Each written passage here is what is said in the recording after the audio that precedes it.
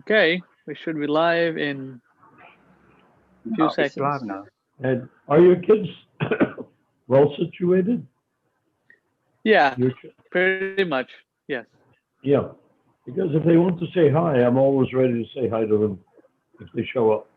Jive. They're wonderful children. You should never make them Jive. feel that they are being neglected in favor of something else, if possible. Mm-hmm. Mm-hmm. They should always feel that they have full access to you, full access. Yeah, that's what I noticed. My daughter, she needs a lot of attention, and so Well, the yes, children, especially, because I mean, everyone needs girls in attention. particular, girls cling to their fathers because Mm. look at them, they're women, they're females. They cling to their fathers because they took birth to cling to their father. They chose Mm-hmm. to be a girl to cling to their father at the time of Yeah. conception. Huh, huh. So we need to This make is the sure they don't psychology. feel frustrated or disappointed that they not get as much. You give them a lot of attention during the day, I hope, also. Oh yeah, yeah, yeah. Yeah. She was. We went playing and this and that to the park, and she was riding the bicycle and whatever, Oh, and that's nice. like that. Because bonding at this age cannot be replaced at another age. If a child is neglected till they're, say, 6 or 7, they'll never be close after that. And if they're close from birth until 6 or 7, they'll always be close after that. Hmm. Huh. It's funny how uh, the Western system is. The father goes away or the mother goes away, so the family is basically torn apart, and Yeah. everyone suffers. I mean, my Well, parents have been to. You know, it's it's the sign of the times, I guess. yes. Crazy. Well, So we're live. there's a science behind it. Not a very good one at that. Hmm. Okay, Banu Oh, we Prabhu. live. We live Yes, now. yes, Banu Prabhu. What was your question? How do we establish or get to know our relationship with Krishna, which is the basis for a Madhyamadhikari devotee? What? How do we establish or get to know our relationship with Krishna, which is the basis for the Madhyamadhikari devotee? Oh, well, remember Paramatma is involved as well, right? Paramatma is guiding from within, but in essence, in the eternal platform, which we are still on the eternal platform, we're just separated from Krishna artificially by our own desire to be big shots in the material world. But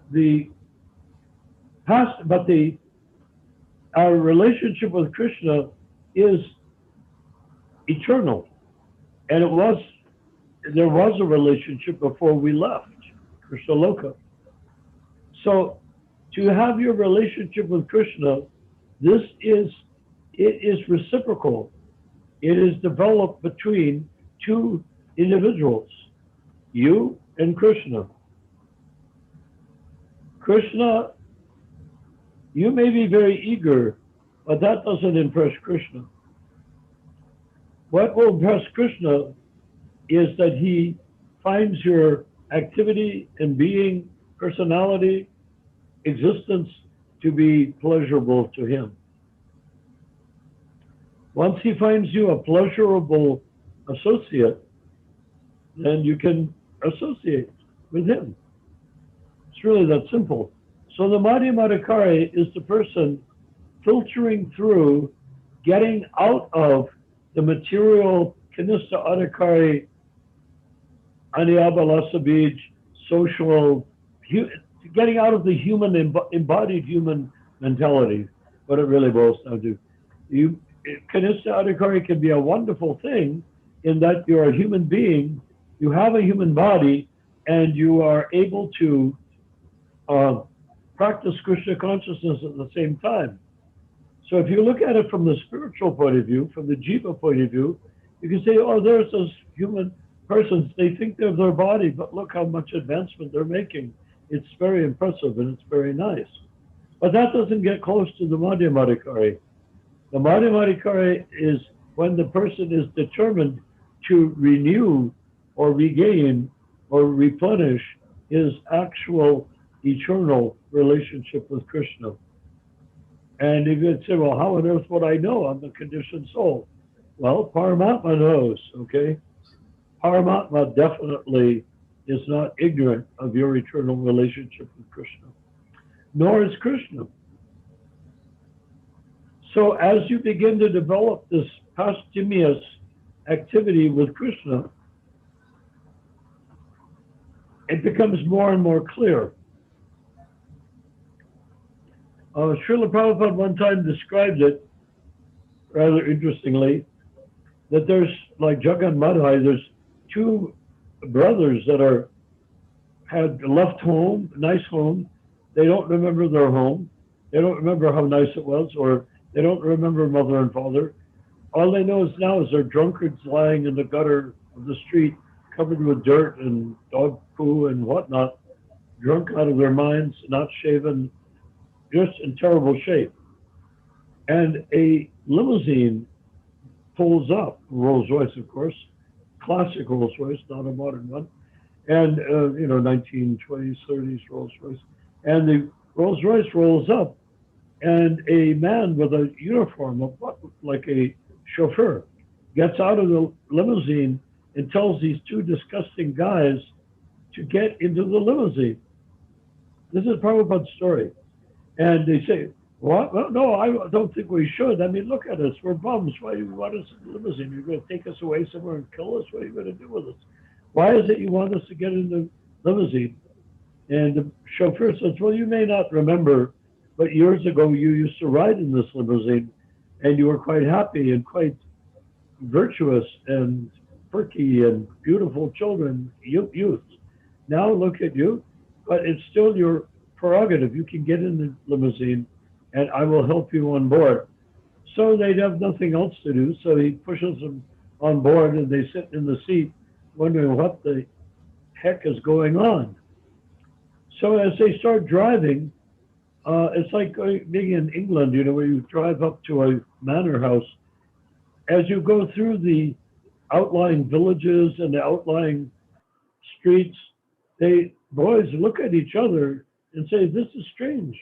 It's sort of familiar, I sort of remember some of this. I wonder why. I don't think I've ever been here. All I can remember really is being drunk in the street. I do not remember these places, but now I'm remembering them, even though I have no expectation that I was ever here before. So he keeps driving and driving, and it gets more and more familiar to him until they come up to a big palatial house. Remember, this is a allegory told by Srila Prabhupada, not literal. So what happened is they come up to this palatial house, and the boys' jaws drop. They're so amazed. They say, wait, this is not only familiar, I know this place. And the boys look at each other and say, is it possible that this is where we were born? And they get out of the limousine and the Rolls Royce, and they go up to the door, and servants are there, not like English, the servants are there chanting and saying Jai and stuff like that. And the boys come in bit by bit and get, cleaned up and bathed and shaved and nice. And then they come in and then they can see this is their father's home. This is where they came from. But they had forgotten everything due to their association with drunken activity.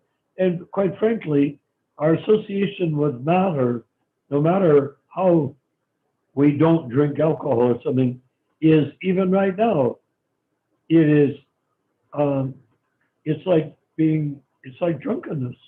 We cannot remember our original. Jai, Jai, Hare Krishna, Hare Krishna. Oh, there you are, you princess. How are you, Prabhu? There you have your iPhone and you're ready for action. You look good and you look a little bit older too. She's saying she has a room upstairs. You have a room upstairs? Wow. I think that's wonderful. You have such loving, your father, do you know how much your father loves you? He loves you with his whole heart. Have his office or daddy peel. Matchless color, daddy matchless. Very matters, Wow. okay. That's amazing. Yeah, I have an office. Have an office. Have an office. Really? Have an office. You're an artist? Office. She's saying uncle has an office. Oh, that's wonderful. Anyways, Bye-bye. she ran That was away. wonderful. She looks so much more mature than she did a few weeks ago. Yeah, she's developing very fast. Yeah, and help her with her Krishna consciousness. I'm trying my best, Prabhu. Do you Jai. read to her from? Do you read from Krishna book to her at all? Sorry. Yes, my wife. I think my wife reads the books. She not Krishna book, but they have the small stories from Krishna book in simple Like language. comics? Maybe Co- like comics. Yes, like comics, yeah. Agarshur story, Bakashur story, and stuff like that. But she's old enough. If you read her just even part, even if you read her just part of a Krishna book story, it is very potent because Prabhupada designed it so that children will become enlightened by hearing it. Would you like to be enlightened, Prabhu? Yeah, it's from today. Yeah. Huh? Eating a Krishna? cookie? Rajima? Cookie? I Jai. Saying, oh yeah. Someday I Would you will like to see you personally. I'll come to Sacramento and visit you. And I can see you. Then I'll give you a big hug. Yes, Prabhu. yes. Jai. Jai. Now you wanna go watch your toys? I mean, you wanna watch the show? Go ahead. We I continue. want to show my tooth. Your teeth? Okay, show your teeth. Wow. You got chocolate on your teeth. No, that's my tooth. Look. And you know, your teeth are getting further and further apart. That means you're going to start losing them and get new teeth. You'll get great big teeth for when you're an adult pretty soon. How old your daughter is? Ramachandra? She is 4 months, 4 years and 8 months old. Well, in 2 years, she'll start getting adult teeth. Wow. The brother is 2 years old. Her brother is 2 years old. She's saying. Your brother's 2 years old, but you seem much more mature than 4 years old. You seem very well. I thought you could look like 6 or 7 years old. You have a very sharp mind. Good intelligence you have. Jai. Yes. Okay, with that now, your toy time. Thank you. Bye, Kardu, Prabhulanke. Bye, Kardu. Okay, Banu, Jai, Hare Krishna. So Banu, so the person goes back and he realizes he's back at his birthplace, his home. He didn't know that he was at his home. To begin with, he thought it was all very strange and maybe he was being kidnapped. But no, he comes back and that's his home. So that's our process. You're saying, how do you develop, what is the relationship you develop with Krishna? Well, it is reciprocal. You could very well ask Krishna, what is the relationship Krishna is developing with you? You start though. You start and you make your move. Krishna makes a move. You make a move. Krishna makes a move. This is called exchange, loving exchanges. Prabhupada talks about 6 loving exchanges. So we need loving exchanges with Krishna, and that begins when we beg Paramatma to guide us how to get into the Madhyamadakari platform so that I can begin my relationship with Krishna in some way or another. It's not just ego on my part, oh, I want a relationship with God. And all those other guys, Kanista Adhikaris, just satisfied to go to the temple and go home and sleep and whatnot, but not me. I want to say, find God. That's not the way it is. You need to be not humble, not arrogant, but realistic. You want a realistic relationship with Krishna. And what is realistic? It's something you want and something he wants. And it's done by exploration. It's done by intuition. You gradually. And how do you know if you're going the right direction? Paramatma, not only that, what will show you the right direction? Well, if you want Paramatma to show you the right direction, guess what? He will. Paramatma will give you the impulse what to do. And at first you may not know that that's what he's doing. You may think it's your own idea. Oh, I want to make sweet rice for Krishna, say, and you get this whole mental thing going about temple and worship and cooking and all. You don't realize, maybe you don't realize that Paramatma is guiding you to that because perhaps before you left Krishna Loka, perhaps you gave sweet rice to Krishna. And Paramatma is reacquainting you with that. But at first you may think it's all your own idea. Oh, we always do things like that. Right? We always think it's our own idea.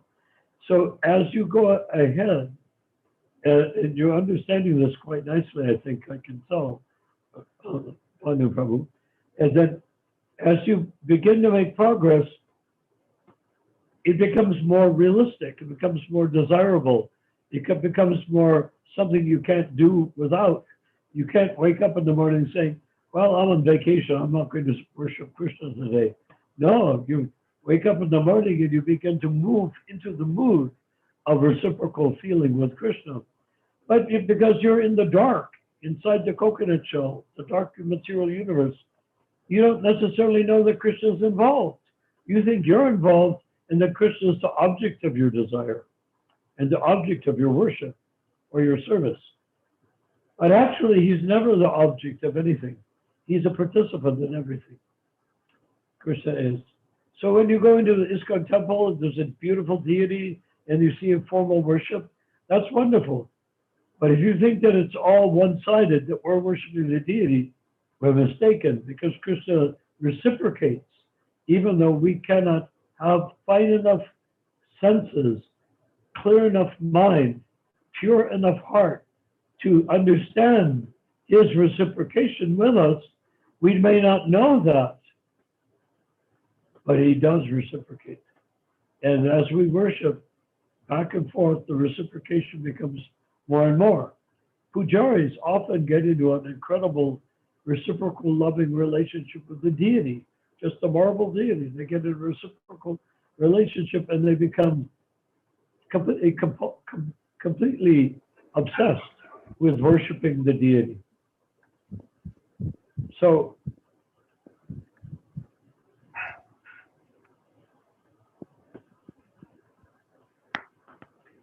as you begin to develop, Paramatma gives you more and more insight as to how to please Krishna in a way that Krishna likes. You can offer things to Krishna. That says, offer me a leaf, a flower, water, I will accept it. Yeah, fine. But that is just to get you to realize there's nothing to stop you. Is that me barking or somebody else barking? Who's barking? Who's barking? Barking? A dog. Can you hear? It is Chidananda's dog. It's Chidananda, is it your dog? Well, give him some dog chew or some treat and he'll eat it instead of barking. Unless your neighbor wouldn't like it, of course. Well, I So was anyhow, muted. I was muted, and then I think Ramachandra unmuted me. It's better that I mute myself. well, you may be muted, but your dog is not muted. But anyhow, so Badu, do you get the picture? Is it clear? Is it clear? It's not clear. Is it getting clearer? Is it approaching clarity? Are you getting close to it being more clear?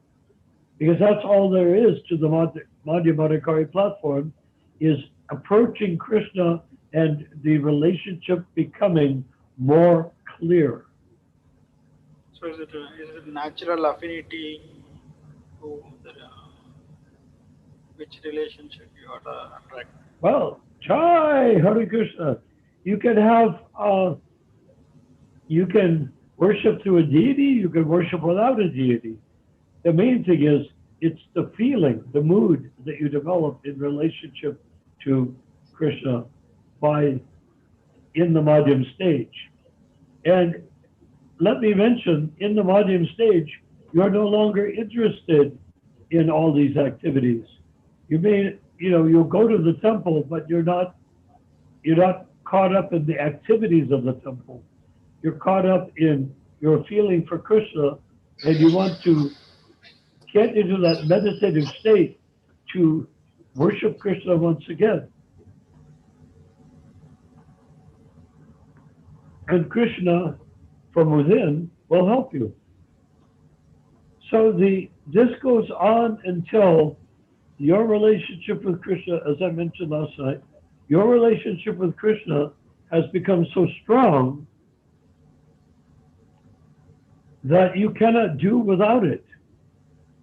And on the other side of the curtain of Maya, the coconut shell is really a curtain.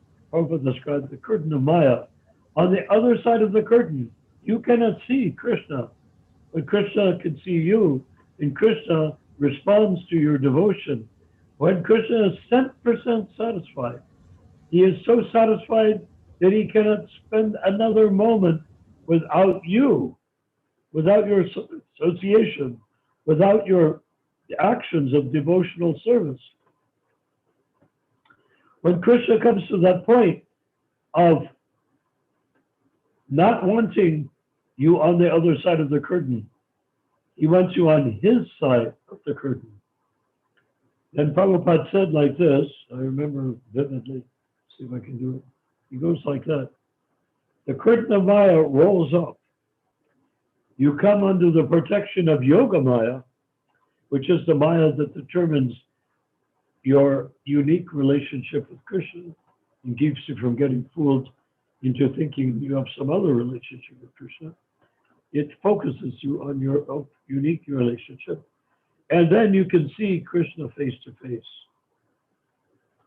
But that face to face is based on the fact that you have pleased Krishna, not by giving him some money or even making a nice offering on the altar.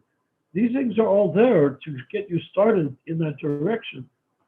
But the actual fact is, when Krishna is pleased, it's because you have done something that actually satisfies the supreme enjoyer. And you've given the supreme enjoyer supreme enjoyment. Just little old Banu has done that. How's that? Oh, young Banu, I should say. But Banu, you've done that. You can do that. In fact, you will not become a Madhyamadikari until you're on the path of doing that. And then when that comes and the curtain of Maya rolls up, and you come to see Krishna face to face under the protection of Yoga Maya, that is when your true relationship with Krishna is revealed, and you are then a pure devotee of Lord Krishna, like Prabhupada. Question? Does that make sense? Jai Chidananda Prabhu. Banu Prabhu, Yeah. how does it look? Quiet, I got keep a mute. Yeah, Prabhu, understood. So, does that answer Just a- your question, Madhu? Manu. So what I understood is the Paramatma will be guiding you to about the relationship. He we doesn't have with create. Krishna. He doesn't create it. You create it. But he gives you the intuition what to do. He suggests. Paramatma will never you are part and parcel of Krishna, the Supreme Personality of Godhead. Paramatma will never tell you what to do. Mhm. He'll never try to control you. If anything, since time immemorial, we have done everything in our power to control Paramatma.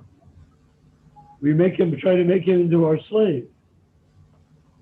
Like the Christians make Jesus into their slave. I sin and you forgive. Nice business deal. Good business relationship, Jesus. I sin and you forgive. Well, that's not the way it really works. So what is the answer? Final answer? Okay, so Question, Ramachandra? Go ahead, Oh. go ahead. What? Go I'm ahead. just curious, with Banu, how far down the line did you get with the understanding of what it takes? Ask me another question or make a statement and I will evaluate it for you, okay? You have a question, Banu? No, I I have a didn't get a question. complete answer, final answer about this one. How is it revealed about our relationship with Krishna? What's it? Only we have to find it out. No, Eventually, it is up you to us don't, to find it out. you see, we don't find anything out. It's not like something to find. We co-create it with Krishna. That's how powerful you are. The jiva is. The jiva is so powerful that he can ultimately control Krishna. Like Mother Yasoda is a jiva. She controls Krishna. She ties him up with a rope. So there's a Krishna. We can be as a friend. We can be as a parent. We can be as a But it's not lover. objective. It's not As objective. a queen. He is who you get to know him to be. And you are who he gets to know you to be. After all, the creative exchange, the loving exchange between the advancing Madhyamadikari and Krishna, the loving exchange is co-created between you and Krishna. It's not religion. If it's religion, then you'll never get to Madhyamadikari. Kanistadikari is religion, enlightened religion. Kanistadikari means religion with truth to it. Whereas the religions of this earth, Judaism, Christianity, and Islam, are religions with practically no truth involved. Too complicated and with no result, except magical results like you sin, I save sort of thing. That's not science, is it? And it's certainly not a favorable relationship with God. I sin, you save, and that means I'm happy and you're screwed. That's not the way to treat God. No, sometimes I might think maybe Krishna is my friend. Sometimes I might think some other relationship. So how do I know which is the my real relationship with Krishna? Well, you will know your relationship with Krishna when you and he create it together. It's like you two kids in the sandbox. You and Krishna sitting in a sandbox with somewhat damp sand, and you start building a castle. Well, what is the castle supposed to look like? There's no blueprint. You both create it between you. It's not like there's a blueprint and you have to make it the way Krishna wants it, or that Krishna has to do it the way you want it.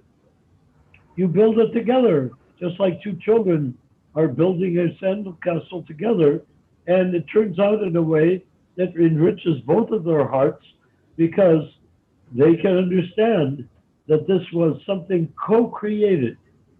Co-created is so much different than created. Remember, my profession is in the arts, so creative is the name of the game. But co-created, that is way beyond created. Keep going, Fantastic. Banu. You're on the right tracks. Keep on tracking.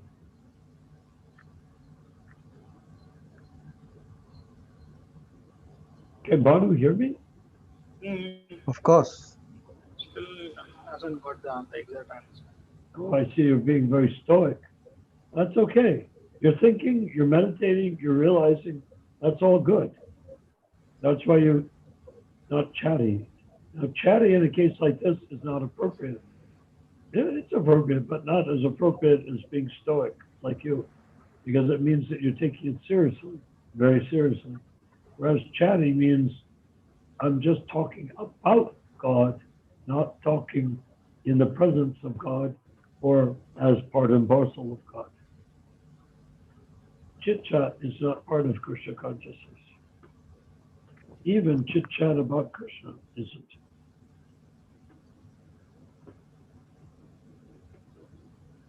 Chidananda Prabhu, you had a question? Yeah, all what you're saying is quite deep, Prabhu. These things are very rarely heard, and it really bring us that it's only a small amount of people, little quantity, who are into this search for Yes, right now I agree with you. But let's say that you and I and Ramachandra and Manu, that we all join together to take as many births as it takes to deliver people for the next 10,000 years. Then it won't be that deep. We'll all be doing the same thing. There'll be hundreds of thousands of us developing our personal relationship with Krishna as Madhyamadikaris. And then as Uttama-adhikaris. Madhyamadikari is just one little tiptoe away from Uttama-adhikari. It's a very broad range because it goes from Kanista to Uttama. But once you're in that stage is the next stage before Uttama-adhikari. What could be more glorious?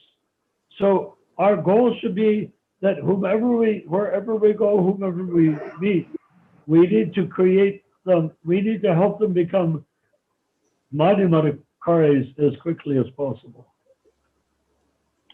Okay, they won't. They want to become Kanista-adhikaris.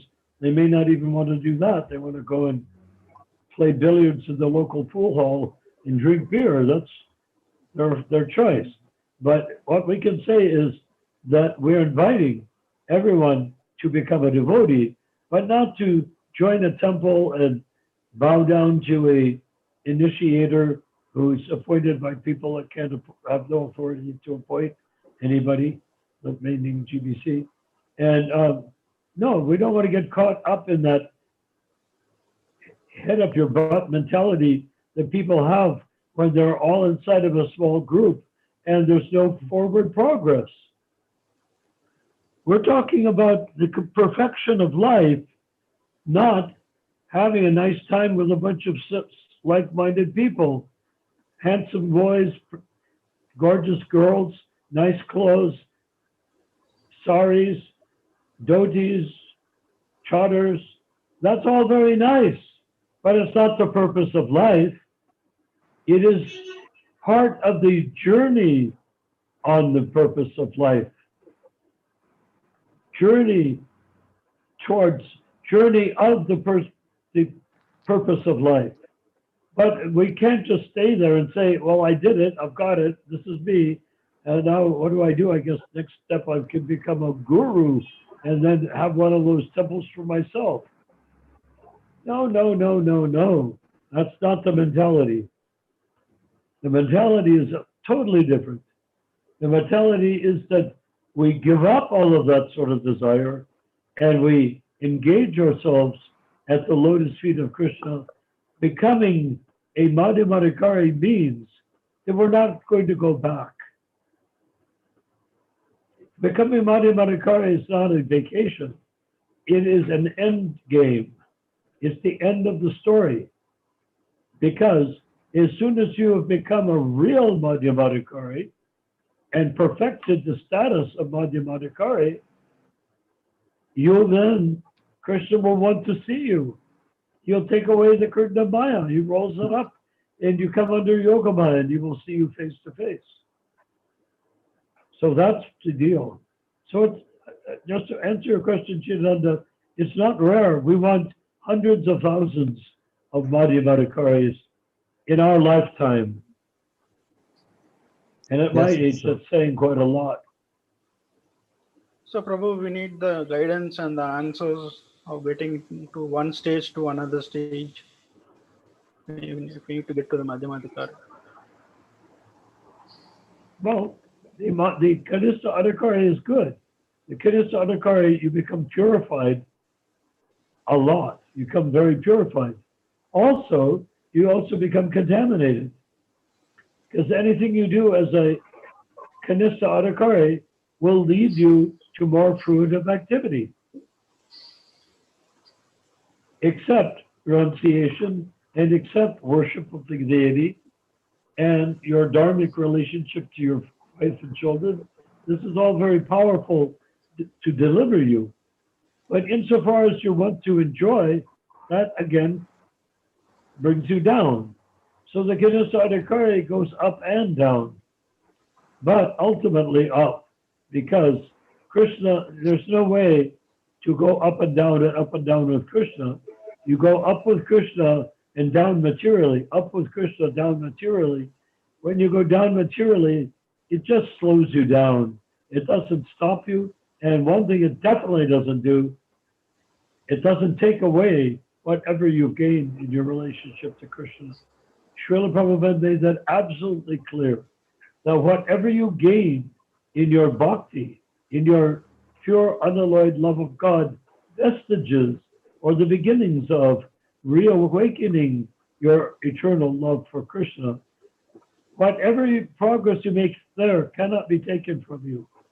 Oh, you can commit sins, you can go down to hell, but whatever you've accomplished will never be taken from you, cannot be taken from you. Mm-hmm. So isn't that wonderful? It's wonderful. Is it wonderful? Yes. But at the same time, is there need for organizing the world so that all the world can receive the mercy? Well, let me ask you, honestly, here we are talking about it right here. Prabhupada talked about it. I don't get that any of the ISKCON... Who's talking? I don't get that any of the ISKCON initiators are making plans how they're going to deliver the fallen souls. Have you made any notice that they're eager to take birth again and again to deliver the fallen souls? Or eager for their disciples or their initiates to do that? Not much, right? So I would like to say, if we decide to do it, who's going to stop us? Who can stop us? They can try to stop us. Yeah, Krishna can stop us. If Krishna wants you to be with him. The matter cannot conquer spirit. If they try to stop us, they will do it from the material platform. Yes, matter. And if we meet them on the material platform with the spiritual intent that we have, then they cannot stop us. Mm-hmm. And in the end, they will not be able to even stop themselves because they are devotees. Even GBC are devotees. The initiators, so-called gurus, they are devotees. They've just simply got themselves stuck. And they don't know how, oh, Hare Krishna, Hare Ghosh, Hare Krishna. Right? These are some my humble obeisances. So good to see you. Hare Krishna Prabhuji. Hare Krishna Prabhuji. Hare Krishna. I want to offer my respectful obeisances to all of you. Prabhuji, please Hare bless me. Krishna. And we are offering our obeisances to you, Prabhu. Namo Om Vishnu Padaya Krishna Prasaya Bhutale Shrimade Bhaktivedanta. Let's join. Namaste Saraswati Devi Gauravani Prachadane Namaste Sunyavadi Bhaktivedanta. Hare Krishna Krishna Hare Krishna Krishna Krishna Hare Hare Hare Ram Ram Ram Hare Hare. This is nice. This is just like Istagosti. We start by offering obeisances to everyone in the group. And now We we have offer Nishinga obeisances. we have Nishinga Prabhu here. Hare Krishna. Do you see Nishinga Prabhuji. Prabhu? All of you. Yes, yes. That's about my senses. So we were talking about delivering the people in the golden age of Kali. And my question is to you, Chidananda Prabhu, if we do not do it, if we don't do it, who will do it? They're not going to deliver themselves because they don't have any knowledge of how to do it. So if you and I don't do it, if Banu doesn't do it, if Shravan doesn't do it, if Mahaprabhu doesn't, Chaitanya doesn't do it, if Ramachandra doesn't do it, then who's going to do it? We're talking about doing it, but who's going to do it? I mean, Chidananda Prabhu, does it occur to you that Prabhupada predicted the 10,000 years of golden age of Kali? But Yes. how do we make sure that the 10% of the population will become Krishna conscious? You know, I told you before, didn't I? That I said that. I said if 10% will become Krishna conscious, then why are we preaching? You know, because he's already predicted it. And this I'm not bringing it up to you, because Prabhupada brought it up to me in that same conversation.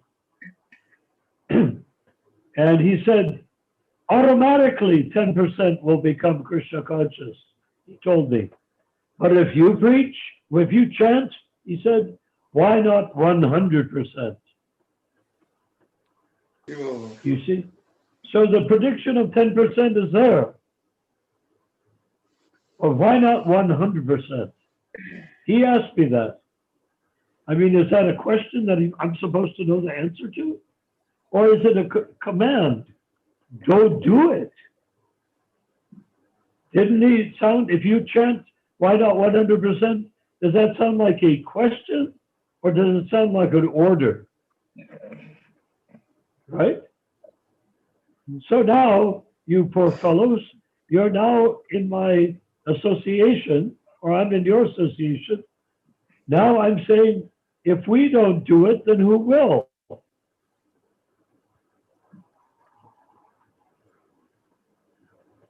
Does it make sense? Yes.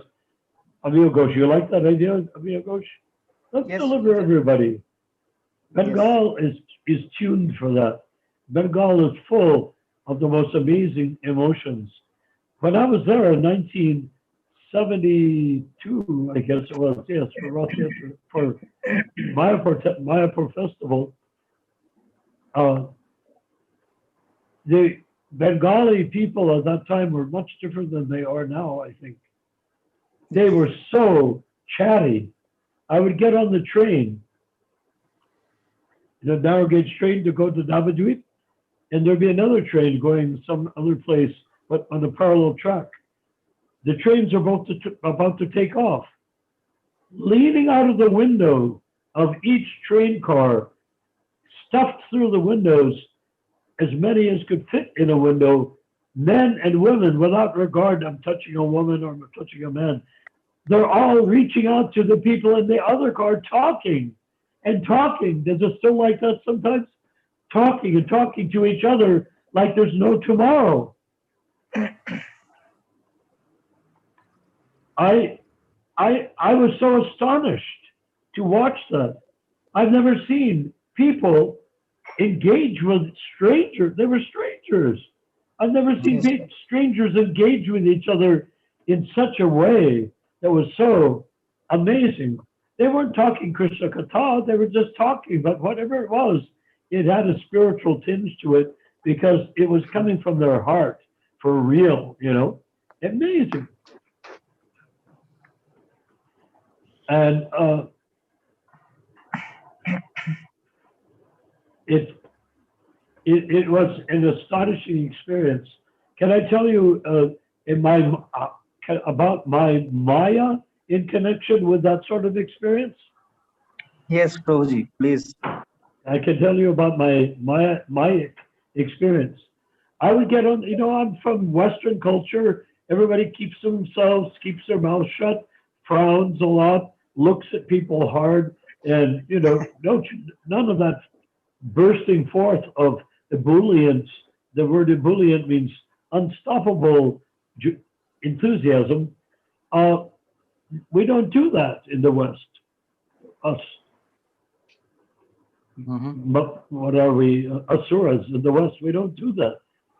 So I'm sitting there on the train in one case, and everybody on the train is going nuts, talking to each other. Just like no stop. It's like they don't have any boundaries. No, no boundaries. No boundaries at all. They're talking to each other intensely. And I'm sitting there.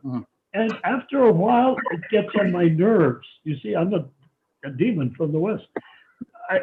I look, it gets on begins to get on my nerves. And then finally, it gets to my nerves to the degree that I look at all those people, and in my heart,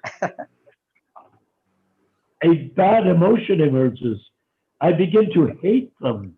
I say, these people, why are they doing this? Why don't they stop? Why don't they stop? I'm beginning to hate them. And I get to this point of becoming absolute hatred.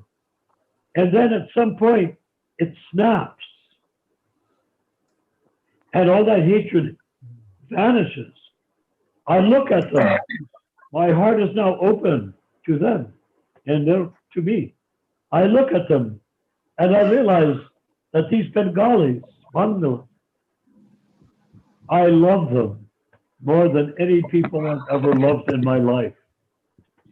And from that point onward, I just worship every minute I hear a Bengali talk to another Bengali. And when I was there when did I was there? In 2005 or something, I was in Calcutta. But everybody had changed. They'd become much more quiet and they weren't restrained, right? Maybe you know this in a different way. But that's what I experienced. I was there with my first wife in Calcutta, just about to leave on a boat, the sister ship of the Jaladuta, called the Jala Rajan, by Sumati Maharaji's boat from India shipping line. And I was out shopping for saris for my wife.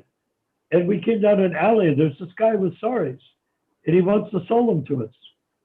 But my wife didn't like them. I don't know why. I thought they were nice, but you know, women are very picky. And so we said, no, we're not going to buy it. You know, thank you. No, we're not going to buy it. We walked away. This guy was a Bengali. He was not an ordinary human, so-called human being with everything tied up inside. He was a Bengali with nothing tied up inside. You know what he did as I walked away? He ran down the street and jumped onto my shoulders and said, please buy a sari. So I bought a sari.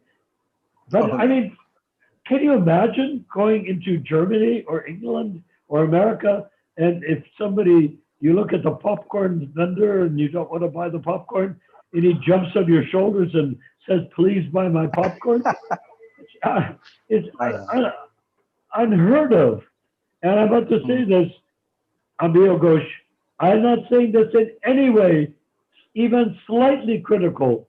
And when I confessed to feeling hatred, guess who I was feeling hatred for? Me.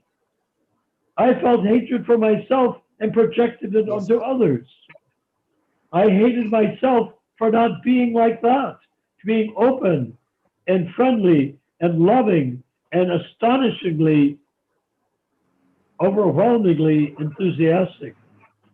So I became more like that as time went on. I was very satisfied in Bengal. So I want to say I honor you. I honor you, Amir Ghosh Prabhu. I honor you. I honor the Bengali people.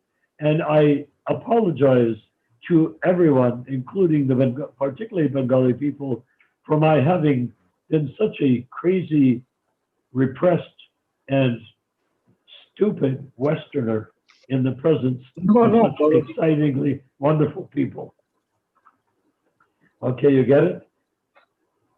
No, So, Prabhuji. I imagine maybe in Bengal people don't even use the word hate, but I'm not from Bengal, I'm a Westerner. And everybody in the West hates each other, basically. Even when they're married, even when they're a father and child, everybody hates each other. It's just amazing. I think you've noticed if you see Westerners.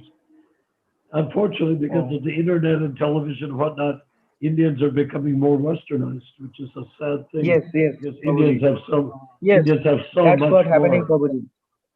Oh, I see. Yeah. So anyhow, Indians, nowadays, Indians becoming more Westerners, Europeans. Yeah. what a shame. Yes, They have Prabhuji. so much And more. yes, Well, by chanting Hare Krishna, we'll go back into the mood. You know where that ebullient, I say ebullient means totally enthusiastic mood comes from. It comes from Lord Chaitanya. His kirtan. People went insane dancing and chanting Hare Krishna. The Bengalis, even worshiping Ramakrishna, even Christian ones, even whatever they are, they still are in that mood because that energy of Chaitanya Mahaprabhu is still is there. soaking, drenching through the land. It is going through the land and the air and the ether. And the Bengalis, by being so charming and ebullient, are simply carrying on that feeling of what was actually a short time ago. 500 years is not long. If I'm 50, if I'm 50 years, if I have a child and I become 50 years, then every 50 years, or a generation is supposedly every 20 years. But even at 20 years,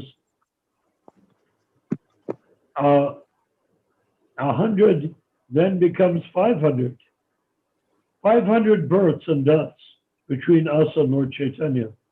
Or maybe less, maybe 200 births and deaths between us and Lord Chaitanya. So that's not very many.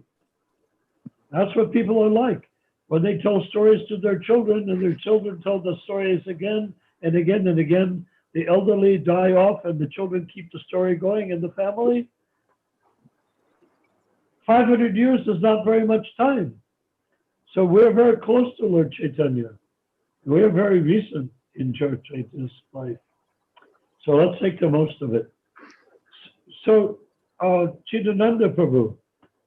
Yes, again. Prabhu. Yes. So we're saying, if we don't do it, then who will do it?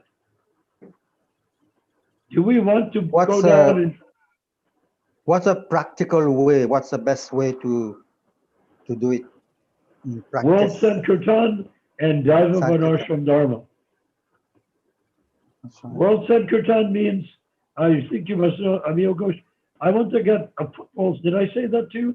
I want to get a football stadium, 100,000 people, 50,000, 80,000, whatever fit inside. Nobody sits in the stadium. They all stand on the ground where the soccer players hit the football players hit the soccer ball. And in that So, place, we'll have 60 microphones or so, and the sound booth. Prabhuji, Everybody has Prabhuji, please, can you repeat that? The net connection, I did not hear that. Can you repeat that? Oh, no. What part you didn't hear? Only Okay. the incident. So we get a stadium, a football stadium. Everybody stands on the grass, not in the seats, or something big like that. And then we have loudspeakers everywhere. The kirtan is out amongst the people, not on a stage. No guru sitting there being a big shot with 100,000 people in front of him. No, if there's a guru, he stands in the ground amongst, we all stand together on the ground amongst 100,000 people. If we're leading the kirtan, if we're not leading, if we're playing mridanga, then maybe we have 100 mridangas and they're amplified and are going through the speakers. And we can hear each other because of headphones on our heads. You know, modern technologies we have.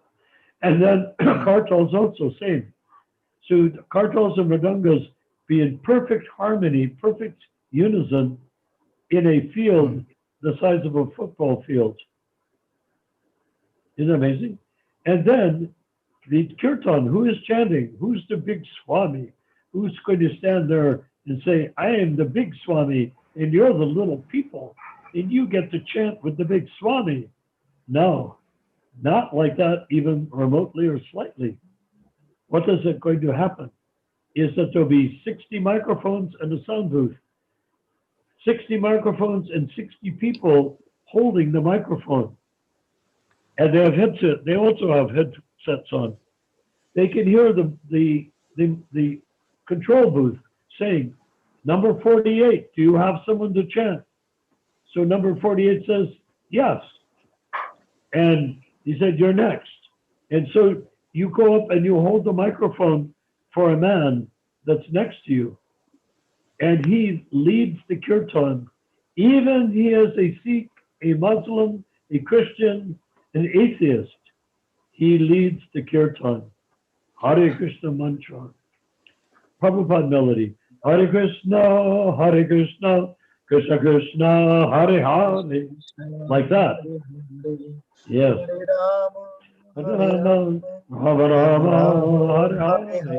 And that will happen all over the world. That will be the mantra, the tune that everyone will chant. And so, because Prabhupada chanted it. And so then a guy chants. Then the guy comes to the end of his chanting and the people are reciprocating while the whole crowd is chanting after he chants. Can you imagine what it feels like? You chant for the first time in your life and then 100,000 people are chanting in response to your chanting. I mean, so that's gonna happen again and again. That's gonna happen again and again, many times a month. Exactly. Talk about intoxication. What is intoxication? Ganja, cocaine, wine? No. You chant and 100,000 people respond to the tone and mood and feeling that you gave out through the microphone with your voice and your heart and your body. But I've done it. It can be done Not also with 100,000 people, but I've done it with some pretty amazing people. So what happened is that then the sound booth says, how about number 22? Do you have somebody? No? Okay. How about number 18? Yes, you have one? You're next. So you do that. How long will it go on? How many people, when will all the 100,000 people want to go home? They're taking, remember, they're taking, this is hard to imagine. They're taking turns chanting.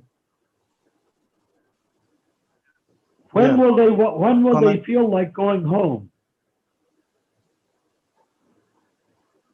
It's going to happen all the day, throughout the day. They will feel like going home when everybody who hasn't chanted has chanted. 100,000. Yeah. It could take weeks. Well, that's okay. We have I have a question. I have a latrines question. outside. We have trucks loaded with books, trucks loaded with deities and japamalas and tilak and altars that you can put together, snap together out of plywood or cardboard, painted and printed and everything written in advance. Yes. Can I Yes. speak a bit? Go ahead. Yes. This is the American way, everything has to big, many loudspeakers, but sometimes we don't have the money to do this. Oh, well. So it can be also be done in a small scale. Well, Prabhupada only had it per do it courthouse. on a big scale and automatically small scale will take place everywhere. How do you get it? Like I'm talking about going to India. Big scales means money. Money. Big scales means Go to Silicon Valley and tell some Indian IT chaps there that we need $5 million. They can write checks right on the spot. They have so much money in Silicon Valley, and they're devotees. Yeah. So they say they will give it to the gurus. No, say we're going to give for World Sankirtan. Then we take the $5 million. We buy the sound equipment. We get the sound booths. We get all that stuff made and designed. Where would we get it all designed? Silicon Valley. So Silicon Valley will design it. Silicon Valley will pay for it. Silicon Valley will come in with us, no doubt, and help us set it up. And so we could go from stadium to stadium, from football field to football field, with that same equipment. And it has to be made so that it won't break down, so that it won't stop, because that could turn into a disaster. It has to have, it has to be very sophisticated with backup, 2 or 3 layers of backup so that nobody can destroy it even. Yes, Prabhu, you're saying. Oh, yes. So, yeah, so that can be done. And then you're talking about smaller ones. Why not? People can go out on their own. After they've gone to the big one, they could go to their village and do it. Why not? With or without amplification. The secret, and this is my secret, because I don't know of any other devotee that does this except me.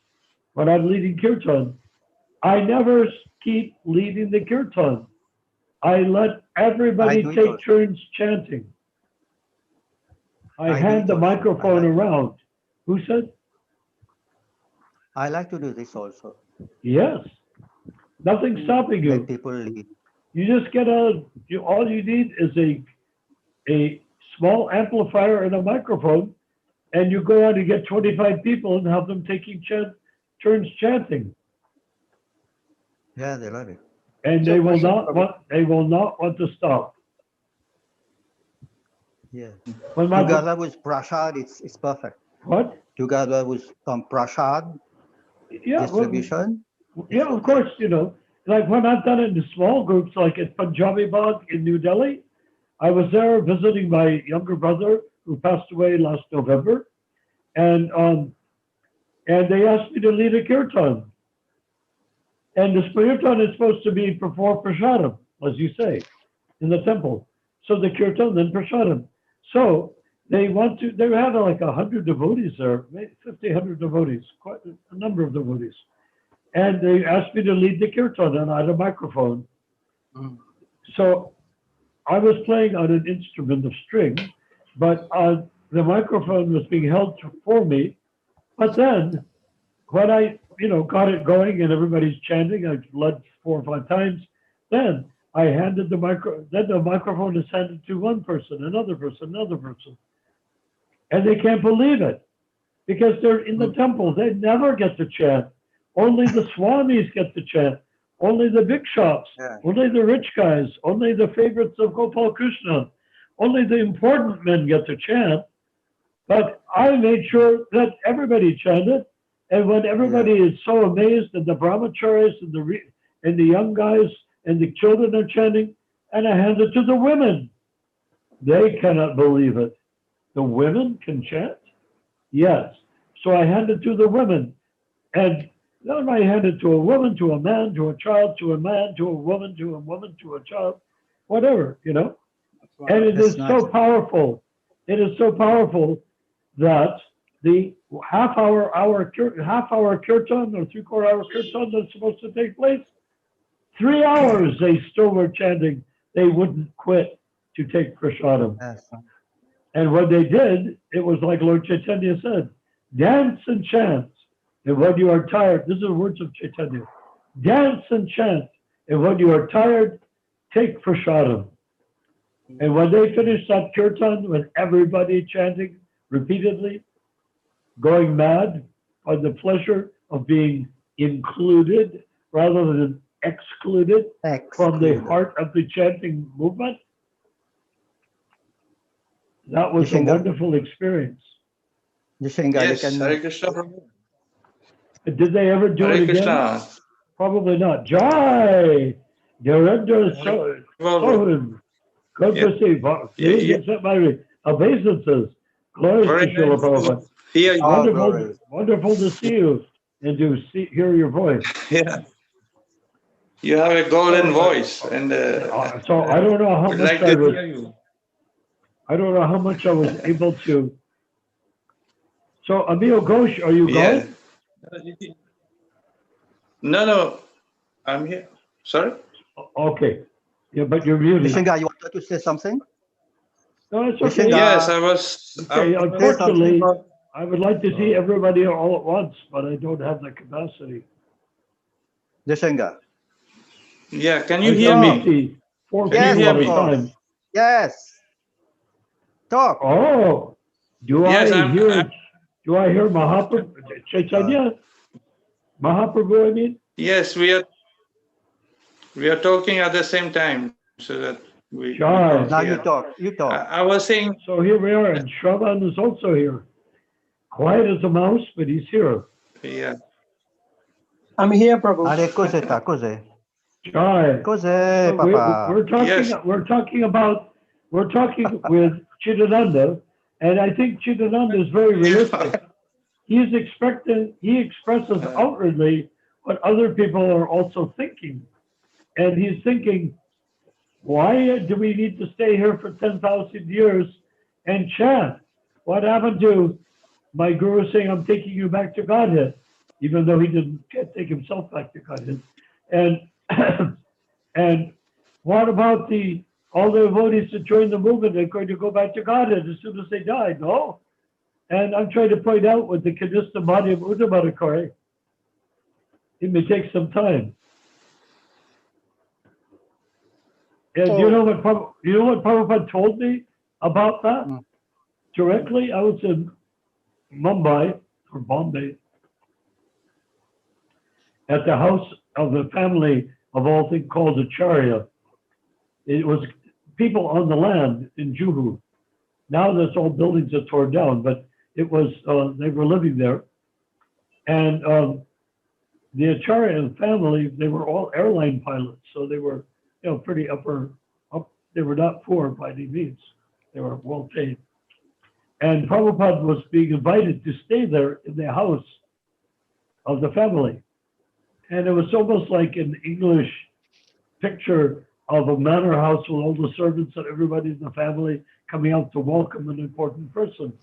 They were all welcoming Prabhupada, hanging out of the windows, standing in the doorway, standing on either side of the steps. There were round steps going up. And Prabhupada came sweeping around the corridor with his cane, moving along with his cane on the ground. And he looked up at them, and there was a big wedge of devotees, like a morning walk behind Prabhupada, a wedge because everybody wants to see. So the ones in the back are wider, and the ones in the front are closer because everybody wants to have a chance to see Prabhupada and hear him. So they come around the corridor, sweeping around the corridor. Prabhupada comes to those steps, and he smiles grandly at all the people there of the family, Acharya family, welcoming him. So he comes up the step. puts his cane on the top of the platform, or semicircular platform, reddish color. He puts his cane on it, turns on his cane, looks out at his disciples, and says grandly, "Now," he said, "finally, I am taking shelter of the Acharyas." Isn't that an amazing thing? Now I'm finally taking shelter. It was their family name, but he made a joke out of it, and it was a beautiful joke, and it was very warming. Everybody became totally in ecstasy when he said that. Yes, Prabhu. Hare Krishna. That was Can I a say joy. something? Yeah, so why did I mention that? I was having a proposition. You was talking about chanting in public. Oh, yes. Well, to buy, yeah, these So- big so speakers and So if Yeah. we have to make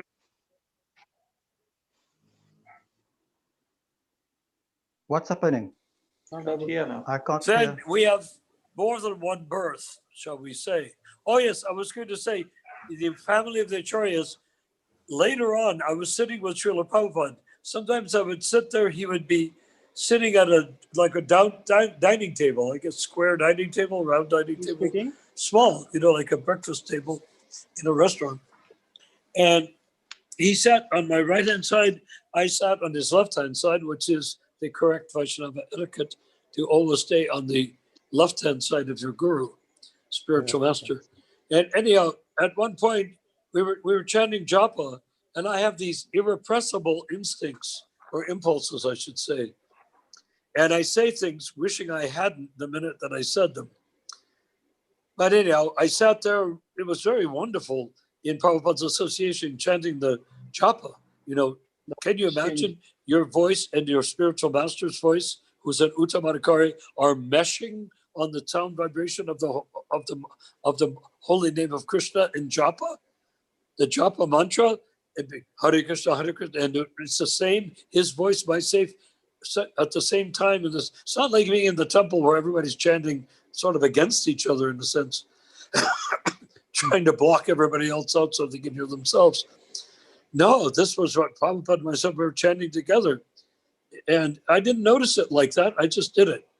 So anyhow, I had the impulse to say something. The minute I started to say it, I regretted opening my mouth, of course. How can you speak in front of your spiritual master, particularly when you're chanting japa? So I looked at Srila Prabhupada imploringly and yearningly. Well, for sake of Amir Ghosh, imploringly means like begging. Imploringly, and I forget what I said the other thing, but I looked at him with great longing and with my heart, yearning for Prabhupada, to wish that I knew more what he is, what he was like, how to understand him. And I said to Srila Prabhupada in this sad, almost tragic voice, I said, "Oh, Srila Prabhupada, it's so difficult to become a pure devotee just like you." I was thinking, like, look at us, all of us in this Sadhu Sangha, all of us, we're thinking the same thing. It's so difficult to become an Uttamadhikari like Srila Prabhupada. What I said, it's so difficult to become a pure devotee, which is Uttamadhikari, just like you. Prabhupada sat up, bolt upright. He did this every time I asked him questions. He sat bolt upright as though I said something totally shocking, He sat bolt upward, his eyes shot open, his hand went up like this with the bead bag in it, involuntarily went up over his head, and he looked at me like I was crazy, and he said, "Difficult," he said, "it's easy." And I looked at Srila Prabhupada, dumbfounded. And then he said, oh no, this was on a different conversation, but he said, "But it may take some time." So when we say it may take some time, here we are. We're taking time right now. We're talking about Prabhupada, about Yes. Krishna, about devotional service, about delivering the fallen souls, about the purpose of Diksha, the purpose of Kanista Adhikari, Madhyam Adhikari, Uttam Adhikari. We're talking about all of these things. Why? Well, if we have any sense about it, because we want to deliver the fallen souls. Oh no, I just want to deliver myself. Well, take 20 births thinking like that, and eventually you'll get over that greedy thinking. That selfish, greedy thinking will go away eventually. But why not get rid of it tonight, right now, here amongst us, 8 of us, or however many there are. So Let's these get are rid the- of that and not be greedy and say, no, it's going to take me more than one lifetime to go from, to get sick of being a Kanista Adhikari will take several lifetimes. Then I want to be a Madhyam Adhikari. That may take more than one lifetime. And then I progress. So how many lifetimes? Supposing 10 lifetimes, not 100, before I'm an Uttam Adhikari. But once you're an Uttam Adhikari, then you're like Prabhupada, and you realize you're not going to want to go back to Krishna Loka. You want to stay here and find Prabhupada and travel with him all over the world, chanting Hare Krishna to deliver the fallen souls. Prabhupada wasn't anxious to go back to Godhead. So why are we? We think because I'm so miserable, wretched, sinful, ugly, disgusting, because of all these nice things about me, nice things I have, disgustingness and all, I want to go back to Godhead. But we Small don't question, stop to think, Bhanu Prabhu. Our mind doesn't take us to the idea of how is a guy that thinks he's disgusting, sick of this world, sick of everybody else in this world, how can he go back to Godhead? All he's got in his mind is how disgusting everything is. Well, that's a step in the right direction to become a Kanista Adhikari. Because as a Kanista Adhikari, you mellow out, you become nice. You chant, you sit at each other's homes, Seki Prasadam. You have kirtan and kirtan parties. It's very, very nice. And you get over the disgusting part. So first we should become the Kanista Adhikari. We are all Kanista Adhikaris. Anyone who knows, has heard of Prabhupada or heard of the mantra, Mahamantra, is a Kanista Adhikari if he takes it up and follows the regulated principles. And we do. So the thing is that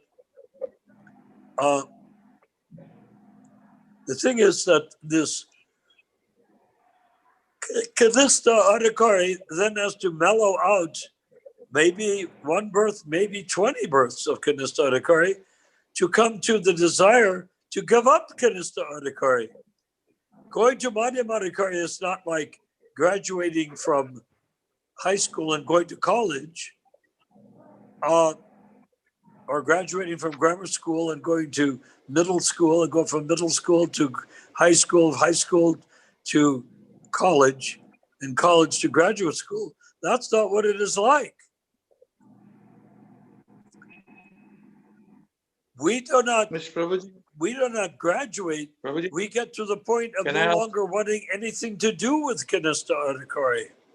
That which Prabhuji. we're hoping to become good at in this lifetime, we're trying to become good and nice Kanista Adhikaris. That's wonderful. Hare But Krishna. I have a we question, will Prabhu. not develop our disgust for material life and then go back to Godhead. We develop our disgust for material life and lose our disgust for material life when we dovetail everything in Krishna's service and we become devotees of Krishna in our bodies, mostly thinking we Hare are Krishna, our Naranaran bodies. Prabhu. If somebody asks me to say, no, I have a soul, I am the soul, but most of the time we're thinking we're our body because we look in the mirror and that's me. But that is illusion, of course, but that's what we think when we look in the mirror, that's me. When we can give up that idea, that's me in the mirror, then we're qualified to begin to reject the Kanista Adhikari platform and move into the Madhyam Adhikari platform. Madhyam is where the English word all words come. Prabhupada said all words and all languages come from Sanskrit, except for animal and natural sounds, like animals go meow or woof, like a dog or a cat, and or in natural sounds is splash or ripple or things like that. Natural things that we observe in nature. So splash. Some you drop a rock in the water, it goes splash. Why? That's what it sounds like. So anyhow, that's the alternative to Sanskrit. Other than that, everything comes from Sanskrit. I was talking with a very nice Hare Krishna. lady Prabhuji, who please. studies Iyengar yoga at the temple. She wanted to buy some stuff from the gift store. Naranaran found the Prabhu, we secret have a way of doing question. it, and it's closed. No, Prabhuji, please And so forgive what me. I happened have is to that her leave name today was again. Mira, like Mirabai. Please Are forgive you me. leaving, Her name was Prabhu? Mira, but it's her Yes, Sorry, name Or from you want to ask a question? Czechoslovakia, He's in from ecstasy of speaking. Montenegro. Okay, She's from Montenegro in Europe, and her name is Mira. And I explained to her, yes, all language is coming from Sanskrit, and your name came from Sanskrit. It was not something made up from an animal sound or a rock falling into the water. It is a verbal representation of the same sound as Mirabai. She was totally amazed and incredibly pleased because she's studying yoga, stand on your head type yoga. So anyhow, we became friends, and I gave her Someone has a question? Ramachandra's phone number so she could get on our Zoom call if she liked. Hare Krishna. I think someone has a Very question. intelligent lady, very sharp. Right. Prabhu is muted. In her late I think 30s, Prabhu is maybe early muted. 40s. To me, Someone has everybody's a Okay. young question. Narayan Prabhu. compared to me. So anyhow, my body. Can't hear you. So Are Someone you has able a to hear question. Narayan so Prabhu? then Yes, I can hear. Maybe you he able can't to hear? hear. difficult, it's easy. So I thought at the time, oh yeah, Srila Prabhupada, easy for you. But then I began to realize if it is, here's the take home for all of us tonight. If it isn't easy, we're not doing it right. You see? If becoming Hari Krishna bol. conscious, if becoming a pure devotee is not easy, then we're not doing it right. Why? Because we're clinging to the idea that I'm the body. I'm clinging to my mental concepts. I'm clinging to my education. I'm clinging to all that stuff that keeps me from being sought and condemns me to the world of asat, temporary things. Even I go Wonderful. to So, college for many years to become a PhD, it's still temporary. I will die, same age as everybody else, 85, 60, 70, 80, 90, 100, I'll be dead. End of story. I think someone So has a that's the Nishenga? question. process. Yes, someone has a question. And Nishenga. that's how you can become an I think it Uttama is not Adhikari. hearing. I think Is he's by muted. becoming, He's muted. entering into the desire Can't hear us. via Madhyamadikari Prabhuji can't hear us. with the He inspiration, can't guidance, hear us, maybe. and well wishes of Lord Paramatma. Narayan Prabhu, We're can you no hear longer us? demanding things from I don't Krishna. think he can. Yeah. Even the Kanista Adhikari is demanding from Krishna, oh, I want to get some flowers and put it on the altar. Oh, I want to dress my wife in a nice sari. Oh, I want to meet my cousin. I haven't seen my cousin in years. I want to Hare do this. Krishna. I want to do that. Nishinga, can you Every hear time me? we desire like that, I Krishna can hear you, but I can hear as you. Paramatma in our And the heart voice also says, changed, didn't okay, it? you can Narayan do that. Prabhu's voice. I will arrange Younger. it for you. Something is going on Turn here. God, Krishna, Yeah. Paramatma, the Supreme Lord, He Vishnu, can't hear. into a servant. Okay, let's see what's going on. And why would Let's just Vishnu hear, let him, allow he'll himself ask us to become questions a and then he'll servant realize. of a jiva? Let's just Right. Let's listen But to we him. have to until then. understand Paramatma is here specifically to do that. yeah, he's getting But tired why? of talking. I think. Because the jiva is part and parcel of Krishna. And if the jiva He's in ecstasy. wants to get drunk on wine, it's a part and parcel of Krishna that wants something, and Krishna is not going to say no, unless you don't have the Hare karma. Krishna. But Krishna will not say no. No, here's the wine. Here you can drink it. Do you sure you want to drink it? Yes. Now, next day, now are you sorry you drank so much? You have a splitting headache. Oh, yeah, I'll never drink again. Oh, yeah, fat chance. So that's the nature.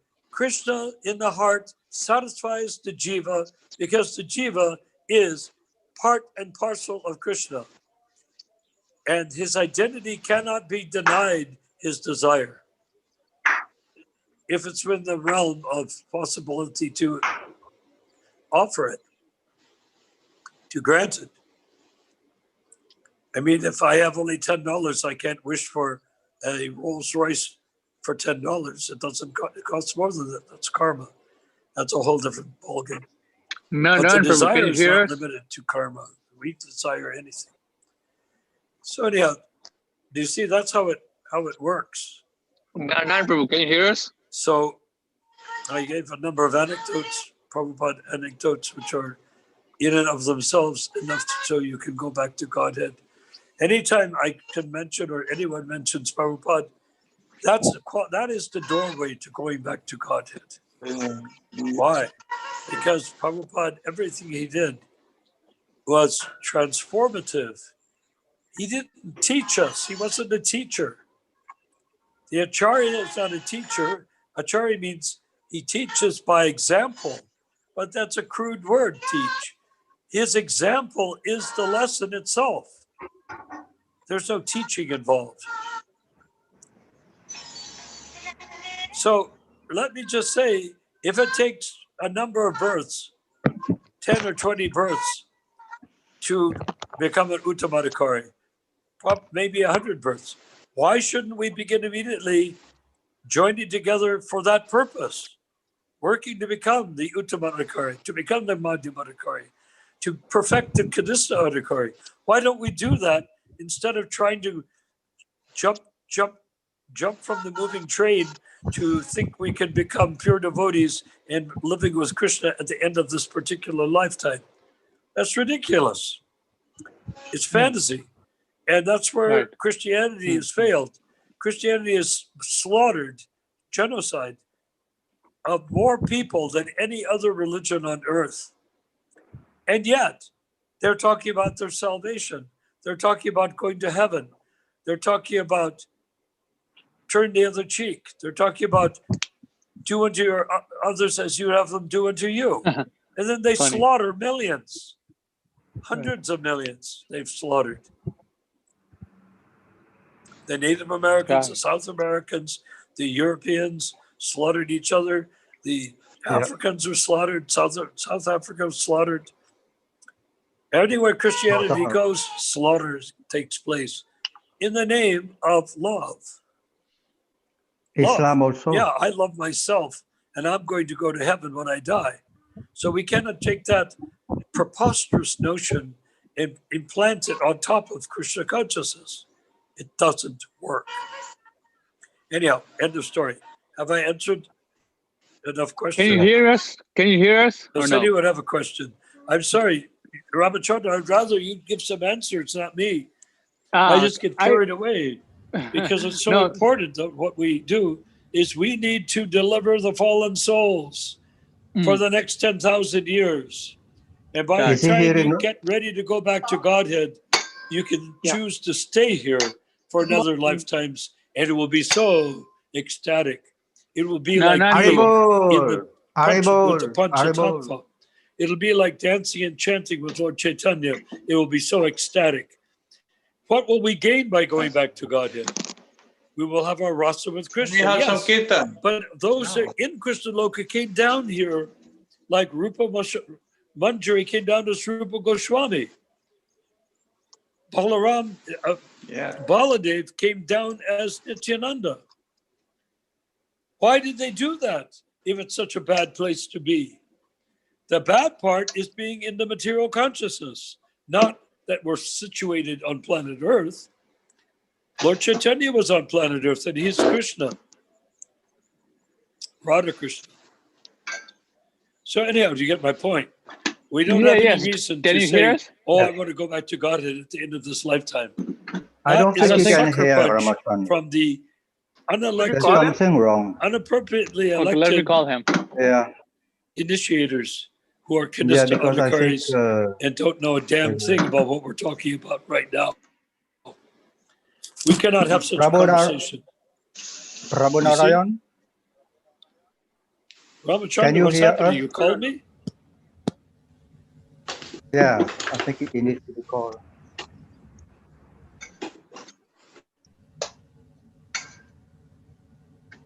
It seems he can't hear Maybe us. you could have a little kirtan, no? You know, no question, Nishinga? Chitananda? But he can't Chidananda, hear. Chidananda Prabhu. Yes. Ah. Yeah, Nishinga had a question or comment. Okay, he's coming back in again. 1 second. Nishinga? Yes, I was proposing maybe we can have kirtan on Zoom. Yeah, you can. You I can don't do. have my You have hearing aids going now. Yeah, that's why you couldn't hear us. instruments. You have instruments. Yes, I have. Yes. Okay. What are you saying, Donald Prabhu? I can't hear anything. He cannot hear anything. 1 second. Yeah, my hearing aids are not functioning with this. Now his voice is better. Yeah. You want to have a small kirtan or can we have it? Okay, we'll have to ask Ramachandra. Huh? Nishinga want to do a little kirtan. Why not? Why not? Oh, okay. Okay. Very nice. So we do it together? Yeah, you lead. You lead. Get it there. We have to do Prabhupada tune, please.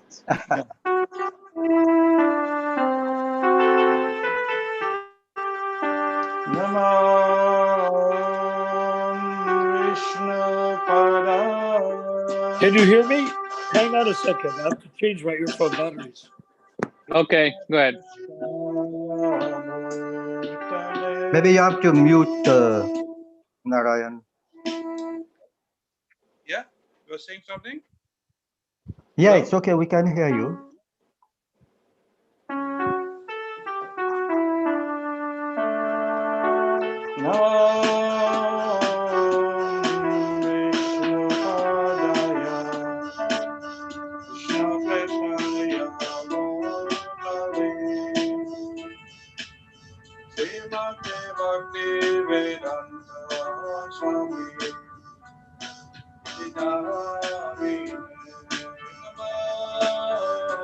Om Vishnu Padaya.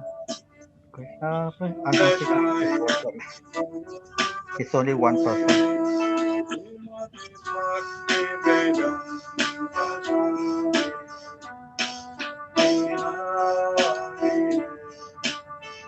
Namaste Saraswati Devi Gauravani Prachari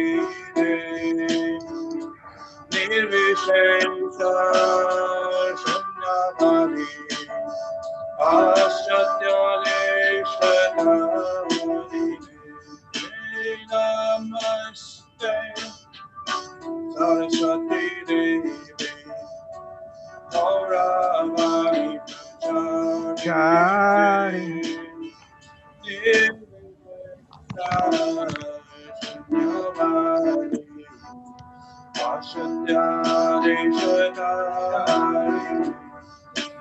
Shri Krishna Chaitanya Prabhu Nityananda Shri Advaita Gadadhar Shivashari Gaura Bhakta Jaya Shri Krishna Chaitanya Prabhu Nityananda Shri Advaita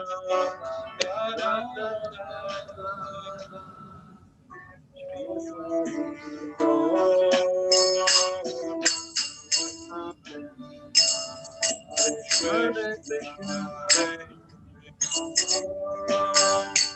Krishna Krishna Hare Hare Hare Rama Rama Rama Hare Hare. Please sing. Hare Krishna Hare Krishna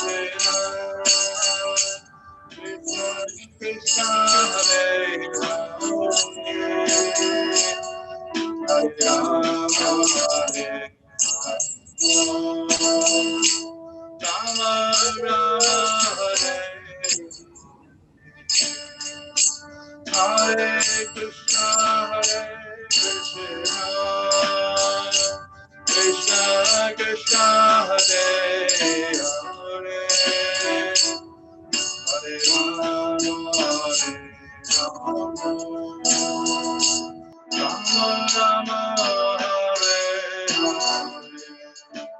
Hare Hare Krishna Krishna Krishna Hare Hare Hare Rama Rama Hare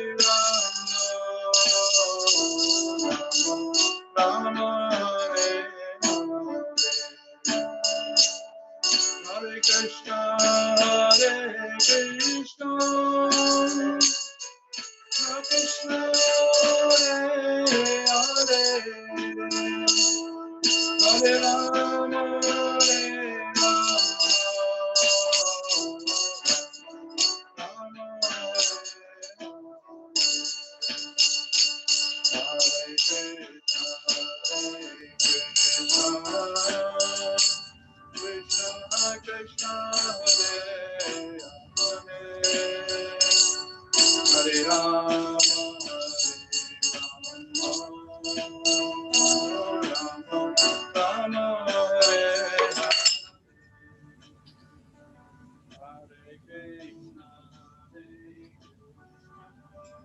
Guy, Hare Krishna Prabhus. can you I hear got us? this. I can hear. I got fresh hearing aid batteries. Okay. And by the way, uh, when we're doing these programs, can we concentrate on chanting melodies that were taught by Srila Prabhupada, not by Chidananda Swami? Yes, tell me the tune. I'll try to. That's very simple. I mean, he only chanted half a dozen tunes. But anyhow, were you chanting? It was very beautiful, by the way. You were chanting yourself, Prabhuji? Yes, I was chanting and playing at the same time. That's nice. Oh no, I'm not. Please forgive me. I have no desire, Narendra Sohan Prabhu. I know you chant beautifully. I have no desire to criticize. What I'm trying to say is, this is like when you are in the kindergarten, we can play all over the place, right? When you just start school, but when you start in the first, second, third, fourth grade, you have to narrow your attention down to the exact lesson. And our exact lesson is to hear from Prabhupada and chant from Prabhupada. It's not as though we can make up our own melodies or take melodies that are traditional in India. Prabhupada was from India. If he wanted to chant traditional Indian melodies, he would have. He chanted certain melodies. Yeah. And my understanding is these melodies come from Krishna Loka. Eh? Ramachandra, did you mention that? Hari Hari Bifale. Hare Krishna comes straight from Krishna Loka. So we can't make up we can't take earthly melodies or Bollywood tunes for that matter, or American rock and roll tunes and do he's trying to sing non-devotees can do as they please. But we can't. We're stuck. This tune is okay? Hare Krishna, Hare Krishna, Krishna Krishna, Hare Hare. Absolutely. I would like that to be the global melody. It would be best if we use only Mridanga and Kartals. Yes. Okay, somebody can play Kartal maybe? I can play mridanga if you want. Yeah, that's perfect. Somebody have Then Chitananda Prabhupada maybe also have chanted, karta? Hare Krishna, Krishna Krishna, Hare Hare. He also chanted like that. But anyhow, how to chant like Prabhupada? Very easy. Go on the internet, find recordings of Prabhupada chanting. Listen to them, not just the melody, but listen to the intonation, exactly how he pronounced, how he sang, the way his voice would move when he was chanting. And then we'll be able to, yes, Krishna Krishna, Hare Go on, Prabhu. Go on. Hare. Sing. Go on. It's a very easy melody. Yeah. Hare Hare, Hare Hare Krishna, Krishna, Hare Krishna, Krishna Krishna, Hare Hare, Hare Rama, Hare Rama, Rama Rama, Hare Hare. Hare Krishna, Hare Krishna, Krishna Krishna, Hare Hare, Hare Rama, Hare Rama, Rama Rama, Hare Hare. Beautiful. Hare Krishna, Hare Krishna, Krishna Krishna, Hare Hare, Hare Rama, Hare Rama, Very beautiful, Prabhu. Hare Krishna, Krishna. We take turns. Krishna Krishna, Hare Hare. Yeah. We take turns. So first you lead first, then another person sings, then third person, the fourth person, then the one who leaded the kirtan, then again he continues the mantra. Then. Okay. Hare Krishna, Krishna Krishna, Hare Hare, Hare Rama, Hare Rama, Rama Rama, Rama, Hare Hare. Okay, my turn. Yeah, bolo. Somebody. Okay. Hare Krishna, Hare Krishna, Krishna Krishna, Hare Hare, Hare Rama, Hare Rama, Rama Rama, Hare Hare. Yeah, Shyam Prabhu. Right. Hare So that's it. Krishna, Hare Krishna, Krishna Krishna, Hare Hare, Hare Rama, Hare Rama, Rama Rama Rama, Rama, Hare Hare Hare. Hare. You sing, Prabhu. No, I'm Prabhu. You sing, right? We need to do philosophy. We can chant when we've gotten ourselves slightly situated. Time is of the essence. I want to chant. It would be nice if we could have Zoom kirtan, if we could arrange it with hundreds of people. But at the same time, right, I love chanting, but at the same time, we need to get ready for the war ahead of us. And it's a big war, and it's coming straight at us, of collapse of the governments of the world. This is what's going on right now. The Democrats of the United States are systematically dismantling the IT, Twitter, Facebook, Google, Apple. They're all trying to destroy the individual and get everyone as part of their psychology inside of them and controlled by them. That only thoughts that can be thought or words that can be uttered are to be spoken by the people they like and never by somebody that they don't like. This is a very grave situation. So our need to deliver the world is becoming far more dramatic right now. You see? Are we there? Jai. So I think we should end it here, Prabhus. Yes. Yeah, probably so. Where is Chidananda? Did he Chidananda, go? yeah, he had to leave, so he had to do some things. Okay, I think we've gotten to a good spot. Jai. So we'll continue tomorrow, Prabhus. Jai.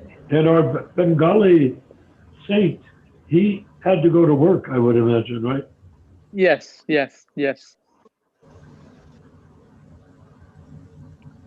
And Narendra Sohun came in so late. We want you to come in at the beginning. Then we can have your association for a longer period of time. Yes, my battery went down. But we really enjoy you're also in where you're located? Mauritius. Mauritius also. That's wonderful. So what just out of curiosity, what would it take for us to get a solid group, like maybe even a temple or meditation center? What would it take to get a group of people from Mauritius, 10, 20, 30 people from Mauritius to join in what we're doing, and then have kirtan, everything paka, first class, Prabhupada style? What would it take to do that, do you think? Do you think there are that many people that would be interested? Maybe some few devotees, and I think resources to get together to build a temple, or it have to be like first of all get an association like Prabhupada Marg, we can say. Yeah. Well, what it means, okay, let me ask, I'm sort of into statistics. First thing, how many devotees are there in temples in Mauritius? Well, there are many devotees that comes in Sunday feast, like 500 devotees come. The whole Mauritius, the main center. How many temples are there? There are 3 main temples and a few preaching centers. There are preaching centers around, like 4 or 5 preaching centers. Then you have the Sunday feast, but a lot of those people are not in the temple, correct? Well, that's good. No. People want to come to the Sunday feast. What would it take, do you think, to get some of those people that come to the Sunday feast to join our Zoom and to become interested in our viewpoint to deliver the fallen souls and to create an avenue to becoming Madhya Madhikari and Uttamadhikari? What is it that it would take? Do you think they would be interested, or they're completely saturated with their local gurus? No, that's good. Prabhuji has made a WhatsApp group, so we'll try to bring in some members, and then we can see how. Why not bring them in? Talk about the Zoom calls. Talk about the philosophical points 1, 2, and 3, namely Kanista Madhyam Uttamadhikari, and talk about authenticity and the tremendous need to follow everything that Srila Prabhupada said, including kirtan melodies. That Prabhupada then becomes a living person, not a person from the distant past. Yeah, maybe. Yes, maybe we can have this. I think you're the guy that can do it. Chidananda's great philosopher, but you have more of the kirtan mood, I think, the chanting, and to get them. So you get people together chanting only Prabhupada melody and help them understand why. Yes. And that as you get more involved with this, you'll find out why, because and you already know why in your heart. So then we talk about people coming to the Sunday feast.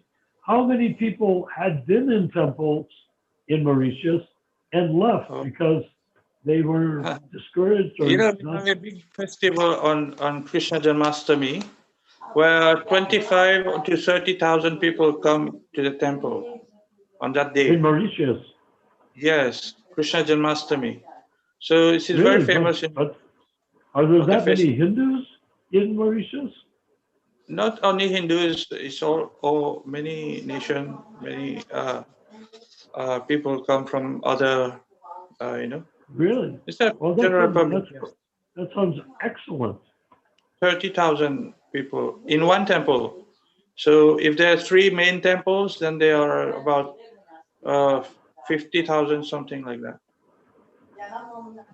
I think Now, I heard somewhere, Naranayan Prabhu, who's this?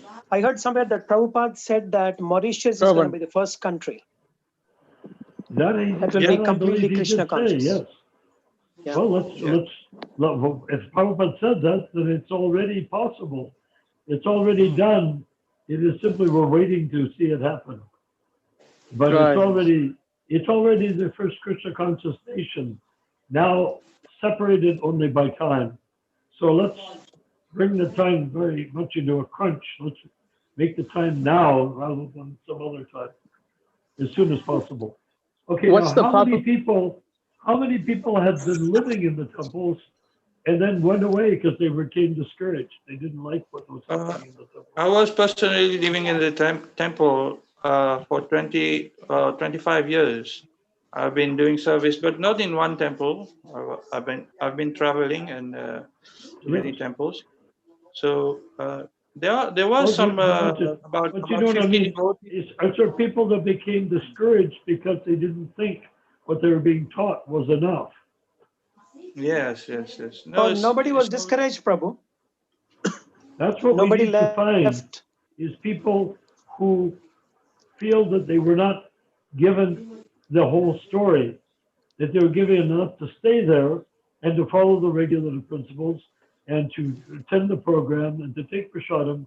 They had enough to do that, but not enough to really become deeply involved in Krishna consciousness on the higher platform.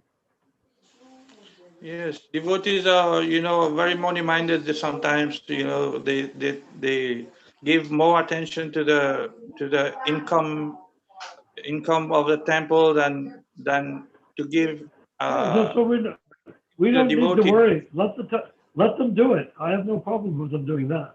Okay. Yeah.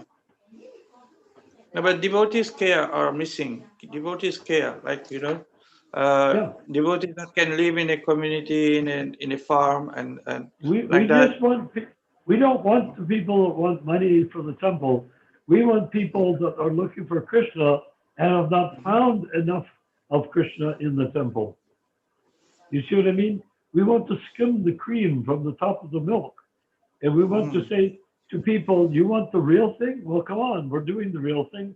It's going to develop in our association on this Zoom call and bigger events we're going to have. And that will happen. There will be a great success. I have a small question, Prabhu. But people have to want that, not that they want to simply find a way of getting more people to bring more money to a temple. Yes, Banu, you said? So, assuming this life won't be the last life going back to Godhead, and we're going to take many lives. So, what is the chance that we're going to get a human birth in the next life, and all the lifetimes, 100 lifetimes? Well, how many animal births are going to be there? If our group works together and expands to 10,000 or 100,000 people in the next few years, 100% guaranteed you'll take human birth. Not only that, a very good human birth, a very high level with pure devotee, very high devotee parents when you take birth next time. That are very, Prabhupada has said that already. There won't be any animal births in between these 100 lifetimes we are going to take. Not unless you make a big mistake. Try not to. Jad Bharat, remember, he was meditating in a cave and he had a pet deer and a storm came up and he worried that the deer would get hurt and fall off a cliff. So he went searching along the cliff for the deer and he fell off the cliff because his last thoughts were not Krishna but the deer. he became a deer in this next lifetime. Hmm. You see? Then he had to Then there's a progress gap out of between that. the real lifetime and Jada Bharat. So don't get caught up in trying to see if a deer is getting hurt in the rainstorm, and you should be okay. Yeah. Absolutely no attachment to anything we must be having other than. Well, yeah, there's no attachment to anything is a very good place to start. And that, by not being attached to anything, opens your heart to developing attachment for Krishna. No attachment to anything. If you say anything, that includes no attachment to Krishna. Like Anything other Mayavadi. than Krishna. But if you don't have no attachment to sense gratification and material objectives, well, then you become on the higher side of Kanistha rather than the lower side of Kanistha, right? And you become readier and readier to enter into the mood of Madhyamadikari.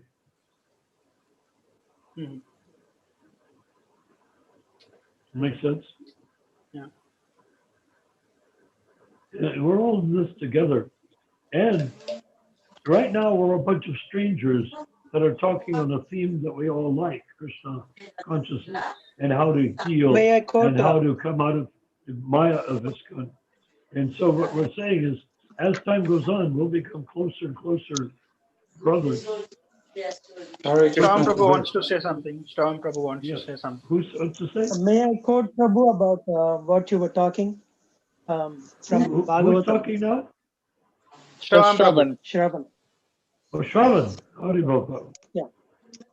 So the quote is Ananya Mamata Vishnu Mamata Prema Sangata Bhakti Ruchyate iti Prahladoddhava Narada. Anyway, Ananya Mamata Vishnu, no other attachment but with Vishnu. Ananya Mamata. Well, and yes. Mamata Prema Sangata. Attachment So how can in a friendly way, not in an attachment in a enmity. This is devotion, according to Narada. Without that shloka, it's impossible to go back to Godhead. Can you go back to Godhead without that shloka? No, right? Probably not. Yeah. Not probably not. If you're not attached to Krishna, there's no question of going back to Godhead. Ananya Mamata, attached to Krishna and nothing else. Well, that's what we've been talking about. The best way to become attached to Krishna is chant Hare Krishna Mantra Japa, chant Hare Krishna Kirtan. Those two things, you go back, is completely 100% Krishna with no gaps and no spaces. If there's a space while we're chanting, it's because we interjected our mind while we're chanting. If we just chant the sound vibration itself, there will be no gap. It will be just pure bliss, pure ecstasy. And why not? Krishna's the source of ecstasy. So the whole point is we have to take a stand to become the recipient of Krishna's kindness and love. And we can only do that by offering more than we receive to Krishna. That's what Radharani does. So that was our example of how to worship Krishna, is to look at what does Radharani like in her mood, not her actions. Actions are conjugal, but the mood is service. We in the material world do not need to think of anything conjugal. Conjugal is already all around us. Animal conjugal. So have we reached a point? Is there any question to be resolved? And if so, can Ramachandra please resolve it? I think we'll end it here and we'll start a session tomorrow. Shravan Prabhu, go ahead. Just to quickly, just to answer Banu Prabhu in a sentence or two, What kind of actionable steps can he take to get to Madhyamadikari? To become, to give up the idea that we can enjoy in this material world. The Kanista Adhikari is also enjoying. Put it this way, we may have missed some of our sessions, but in our sessions we've been discussing how ISKCON is firmly the Kanista Adhikari platform. How do you identify Kanista? By 4 regulative principles. If you go beyond Kanista, you don't have to think about that because there's no longer any attraction at all. Obviously, if the Kanista Adhikari is following the 4 regulative principles, he means he has some attraction for the things that he's not supposed to do. So if you want to advance as a Kanista Adhikari, you have to become purified from desires which are imitative of Krishna rather than worshiping of Krishna. We cannot imagine ourselves to be enjoying sex life. We can't imagine ourselves to be enjoying thinking that Krishna is so I can do also. That's not how it works. Krishna is God. We're part and parcel. We can enjoy Radha and Krishna's love affair, which is far more erotic than anything we can come up with in our material body. We could probably, Krishna's love affair with Radha, Radha's love affair with Krishna is sublime. But the secret is, and that's what brought me into the movement when I realized it, is that I'm part and parcel of that love affair. So if I want sensual love, then let me find it in Radha and Krishna, not in me and another mortal woman. No, thank you. That will simply despoil the sahaja, and the woman will lose her ability to love Krishna, and the man will lose his ability to love Krishna. And the man or woman will think, oh, we're like Radha and Krishna, when they talk to each other, and they have secret little smiles for each other. But that's not the reality. That is doom in terms of spiritual life. So let's not be doomed. Let's go for everything, the good part. And that is that if you want to enjoy the erotic quality of the relationship of Radha, Krishna, and the gopis, then worship them because you're part and parcel of it. You'll find yourself in those pastimes as Krishna's part and parcel, not as Krishna's imitator. Does that make sense, Shravan? Is Shravan still there? Yes, Prabhu. Yes. Yeah. Well, does that answer your question? Or were you listening Yes, to Prabhu. it? Did you hear No, what yeah, I I'm said? listening. Yeah. Yeah. So did you understand the distinction? The Yeah, that's an Sahajya actionable tries step. to imitate Krishna. The Vaishnava says, I don't have to imitate Radha Krishna. The Sahajya wants to imitate Krishna's amorous loves, Gopi Baba Club, going out in the forest with girls and dancing with them and having sex and all that. People do that in India and other places. But if I say the opposite, that, wait a minute, I can be a monk, an austere yogi in the forest, chanting and meditating on Krishna's pastimes. I'm part of those pastimes. I am part of Krishna's erotic relationship with Radha and the gopis. Why? I'm part and parcel of Krishna. And Krishna's not suddenly celibate when I meet Krishna. Krishna is Krishna when I meet Krishna. If I'm part and parcel of him, then whatever he is enjoying, if I'm a pure devotee of Krishna, if I'm an Uttamadhikari, whatever he's feeling and whatever he's enjoying, I am enjoying minutely inside of Krishna.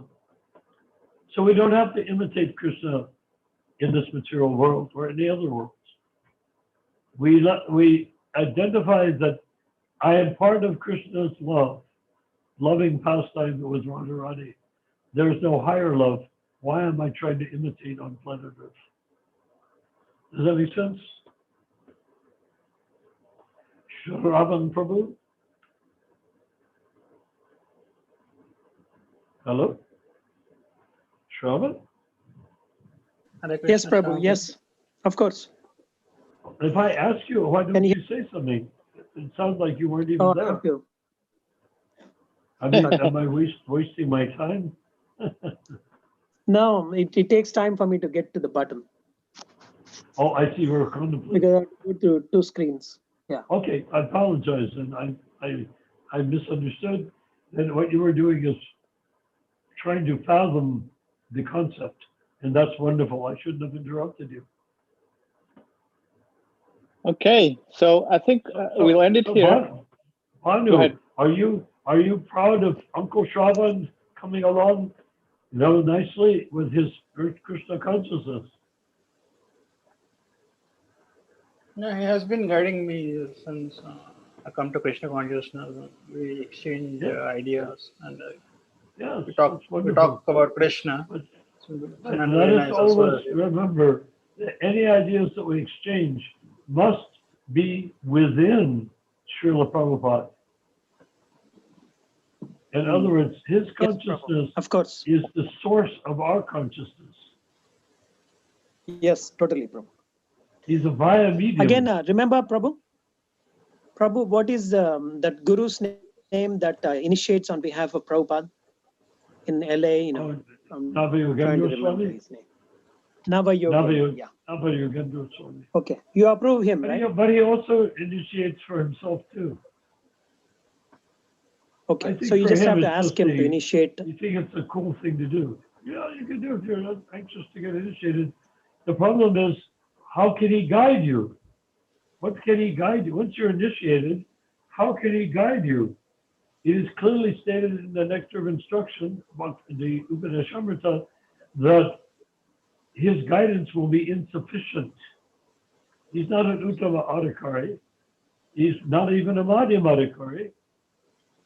He's a Kanista Adhikari, just like you. So what is your advantage No, you in said taking that the initiation? What? you said that he initiates on behalf of Prabhupada. I mean, not taking him as a guru, but having him initiate on behalf of Prabhupada. Yeah. Yeah, But after that, he does that. he cannot offer you very much. After that, there's no connection. Yeah, you can give him money, you can give him flowers, but aside from that, no connection really, because you're looking for Prabhupada. Yeah. Does that make sense? Yes, sir. Yes, Prabhu. Jai Prabhus. Totally. So we can directly access. We can directly access Prabhupada. We can directly take Prabhupada as a guru. So why make although we're not sure about how the process is going, whether it's a Ritvik initiation or normal initiation, why get into it if we're not sure of what's going to happen over there? In this time that we're living in right now, you get just as much advantage accepting Prabhupada by reading his books, chanting japa, hearing his sound vibration. If you want to be a disciple of Prabhupada, carry your headsets around with you and listen to Prabhupada chanting and speaking all day long. You'll get far more advancement than taking initiation from any of the Kanista gurus. Even if they're Ritvik Kanista gurus. It will, you get more from listening straight to Prabhupada than you will from them. The whole problem is people want to go somewhere, give themselves to somebody else, and have that person take them back to Godhead. But that's not how it It's just a works. formality, Prabhu. Well, it's just a formality on one end. Why do we care and the for second that? thing is, why do we care for Prabhupada, that's what formality? Prabhupada allowed it, right? That's What? what Prabhupada did. Prabhupada did do. the formality. He didn't. No, Prabhupada gave him He real wanted initiation others to because initiate on behalf of Prabhupada him. is an Uttamadhikari. It was not a formality when Prabhupada did it. Yeah, that's what I was going to say. No, what I'm saying is, one second. Ramachandra, go ahead. What I'm saying No, is, that's what I was going to say. Prabhupada If he's an wanted Adhikari, this XYZ person to no, Prabhupada initiate never on wanted. behalf of him. No, Uttamadhikari, it is not a formality. He is taking you. So it's not Prabhupada Prabhupada wanting this? What? Did Prabhupada not want this to happen like this, where people initiate on his behalf while he was in the body, and then They were initiating on his behalf starting in 1970 or 71. right? I mean, obviously that's what Prabhupada wanted, to be initiated on his behalf. Well, put it this way, Right. that's what the disciple wanted. Okay. Why would Prabhupada want somebody to initiate somebody else? The person wants to be initiated. That's one thing. Wanting to initiate, or the Prabhupada wanted someone to initiate somebody. Prabhupada doesn't want to, he doesn't want anyone to be initiated. They have to want to be initiated. And Yes, then he will if they want to be satisfy initiated, their desire. But we can't say he wanted Ritviks to initiate. He didn't want anybody to initiate. If a person wants to be initiated, the only way to become yes, initiated. if a person wanted to be initiated, he could be initiated on behalf of Prabhupada by XYZ person. Of course. But now here's the problem. What That's if a he gets formality. initiated by Prabhupada as a Ritvik initiation, but somebody acting as the Ritvik, and what if he then doesn't walk around with headsets on his head listening to Prabhupada day and night? What do you think will be better? I mean, there's no man that has connection. Once he does the connection. So once, What do you mean? What used to have? Shravanam. There is no connection between the. There is no There's no connection connection between between this, you and this Prabhupada XYZ unless you're person. initiated?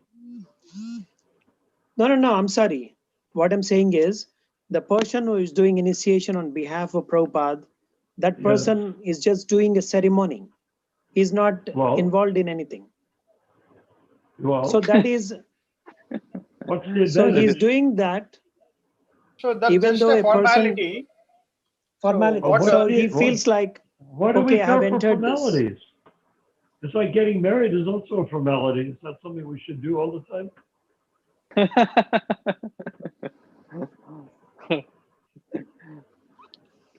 You know, I mean, really. So I mean, not everybody is at your stage, Prabhu, at your level. Let me The give you point is, the it's up to us. distinction. No, When we take up, you know what I think initiation is for most people? Passing the buck. Okay. Initiation means I will take initiation, now you do all the work. Or even the Prabhupada does all the work. Why should we tell Prabhupada to do all the work? He's not Jesus, is he? Why? Jesus has to do all the garbage. He's like a garbage disposal or a toilet. He eats up all your sins, all your filth. He'll take it and then you go to heaven. No, thank you. That's not real. The reality is that if you wear headsets all day long, listening to Prabhupada leading kirtan, listening to Prabhupada giving lectures, listen not just to what he says, but the tonality, the mood, what he has. Then when you give a lecture, it will come out as though it were Prabhupada speaking through you. And guess what? Right. It will be Prabhupada speaking through you. The real Ritvik initiation is when you sound like Prabhupada when you speak to others. Hari Bol, Prabhu. He was pointed. And for that, you don't have to, for that, you can get by with a headset, not a diksha. You don't have to have diksha. It's not necessary.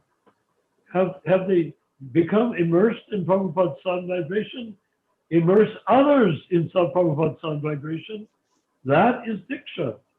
He said that to Vaikuntha, remember? I told you that. Yeah. That he said that Vaikuntha said, millions of you're books. printing so many books. How can you possibly initiate so many people?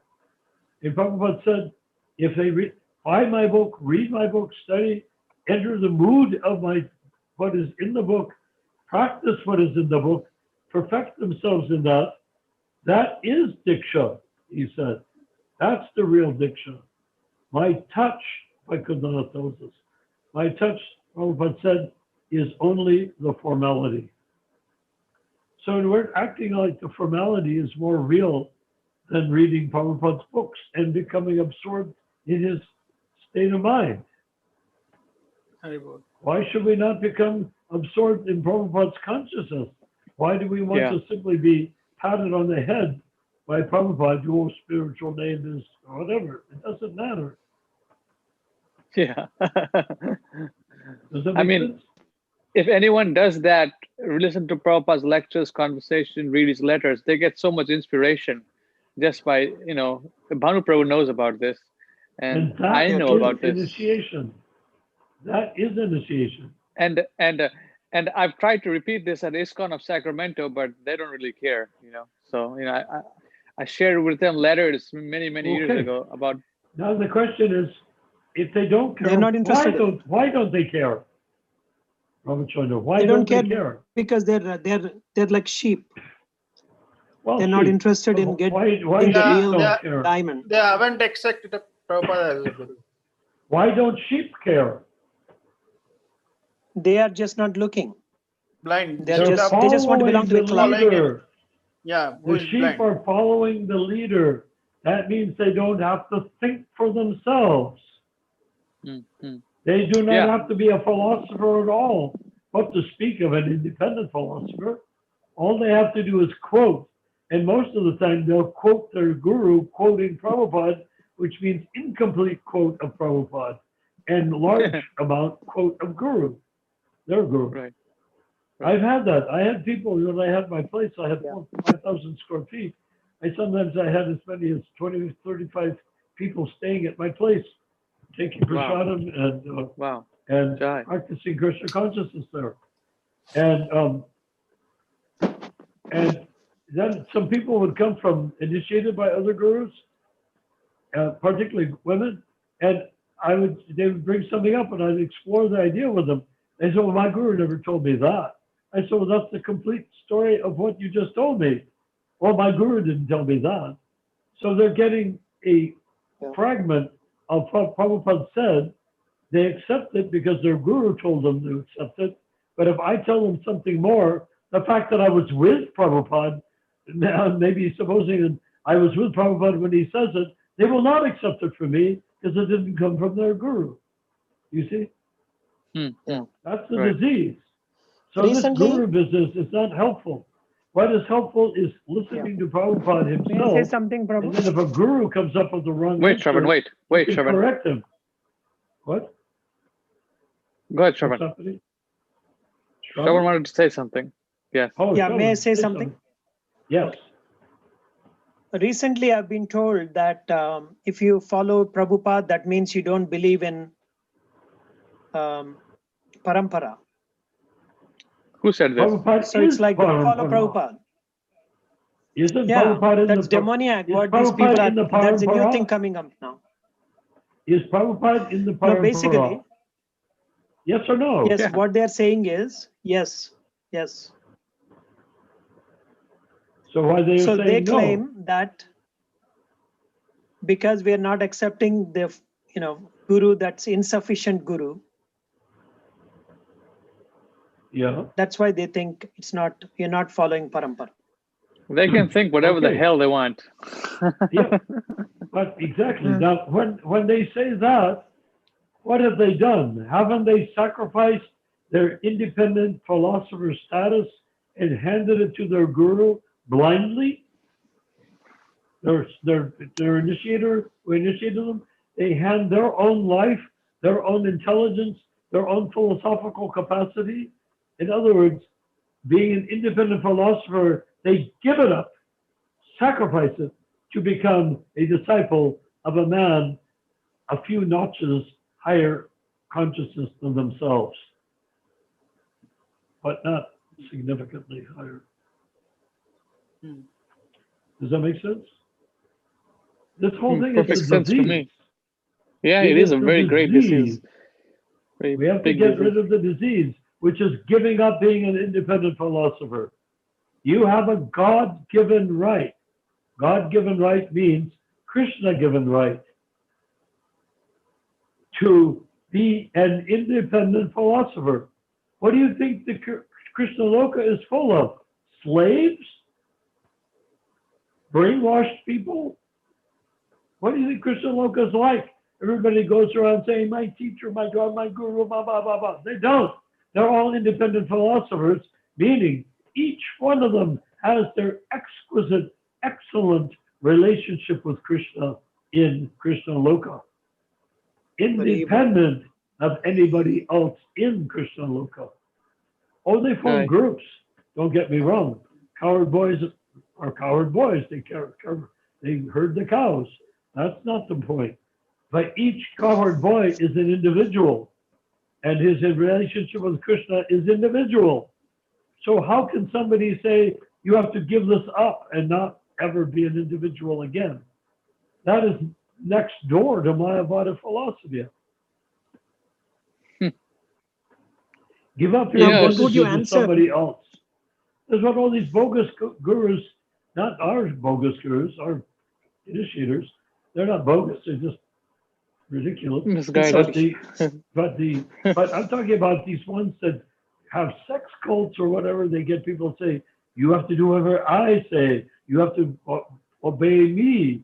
And there's a certain number of people who fall into that tendency, and they'll do whatever they want. Women will get branded with a red hot branding iron just to be, because their guru says to do that. Why? Don't they think? Don't they have respect for their skin? What do they think? What are they? No, they've given that away to somebody else. So as soon as you give away your independence, your autonomy as a philosopher to somebody else, then you have become a victim and not a self-realized soul. Make sense, Shravan? Shravan, I think the problem Yes, with Shravan Prabhu. is No, he's thinking. Okay, I respect I have a that. question. Something, Go ahead. so on a practical note, Yes. if they tell you, okay, you can be just quoting Prabhupada and nobody else, none of the gurus, then that is not following parampara because you're not respecting his disciples. That you're not What? I have interested no in idea their what quotes. you're saying. If you quote, Okay. if you have an Istagosti of 10 people, 20 people, and they sit there discussing Prabhupada, you say they're not in the parampara? No, he's saying if you only quote Prabhupada and not These gurus, his they have come up with a new thing. In order to stop people from following Prabhupada, they're saying if you follow Prabhupada only, or follow Prabhupada, quote Prabhupada mostly, then that means you don't respect the parampara, which is the guru that is insufficient to take you back. Well, but they're not in the So parampara. they're is, using because it as a way. are they So in the they're using it parampara? as a way to stop them what from does talking about Prabhupada. what does Rupa Manjari What should we have tell to them? say on that topic? No, And the gurus are, what is there's the, no next Acharya after Prabhupada. The GBC appointed businessman is a business committee appointed gurus. So, well, where is the Prabhupada is Acharya after the, Prabhupada? he is the Acharya. So we Okay. only take from Prabhupada. Okay, but what did Rupa Goswami say? He said that you accept only an Uttamadikari as guru. So why are they talking about this Kanista? You have to accept this. He's the parampara. He's not in the parampara. Kanishta never in the parampara. How can he be So parampara there's if he's not transcendental? If he's not transparent via medium? Parampara means transparent via medium. It doesn't mean official, appointed official. okay. An Okay, appointed official by a authority that was supposed to have been elected for 3 years only. I mean, how much worse does it get than that? And if they're telling you what to think, why So don't we tell them basically, what to think? GBC, prove it. How do I okay, prove I'm GBC? we have to. Elected every 3 years. That's how. How can a 3-year man who's supposed to be elected every 3 years appoint a guru? How can the guru who's not in the Madhukari say he's in the Sampradaya? I mean, that takes Protestantism of Christianity, Protestantism, to an extreme that it's never experienced. Okay, basically It's my like, answer should be that the guru is not in the parampara, correct? it's so like, suppose you're a Christian, they say, Because he's Jesus not a pure is devotee. the Acharya. Jesus is the Acharya. Yeah. Now I am the priest under Jesus. So now I am now in the Sampradaya of Jesus. Well, is he on the same level as Jesus? Presumably not, right? So if he's not on the same level of Jesus, why the hell is he taking credit for being an Acharya? Okay. That's not parampara. We can Parampara understand only that with applies to Jesus. Acharya. Why can't we understand that with Prabhupada? You get my point? To understand It's easy to correctly, see why a Catholic priest or even a pope cannot claim to be the equivalent of Jesus, the successor to Jesus, right? Can you imagine that? There's no Christian or faith on earth that would dare to say that. That I am the qualified successor to Jesus Christ. Now here comes Srila Prabhupada, who is far more spiritually advanced than Jesus Christ, and then suddenly I can become his successor. How does that work, Shravan? Vote me in. Yeah, they So- voted me in. Yeah. They voted me in to be the successor to Jesus Christ.